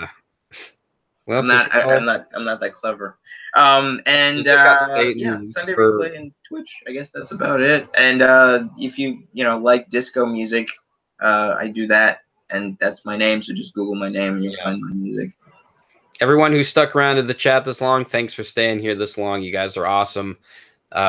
Next week on Why Come Japan, we'll be on September 2nd. That's a Sunday, Japan time.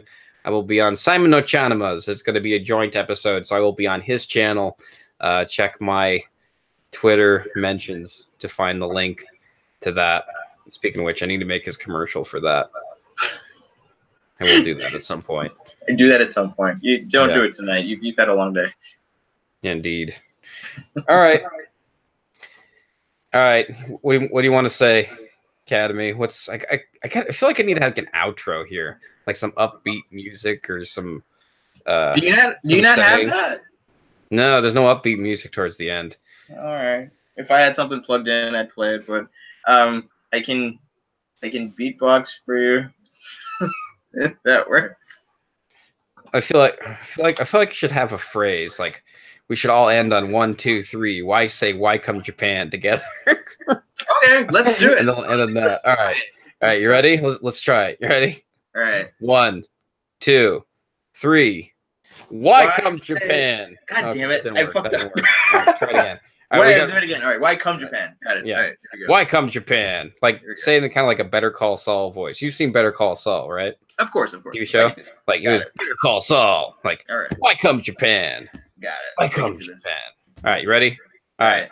3, 2, 1. Why come Japan? All right, we got to do it synchronized. You ready? Okay. 1, 2, 3. Why come Japan? Close enough. All right. See you guys next week. Have a good night. Thank you again. Peace.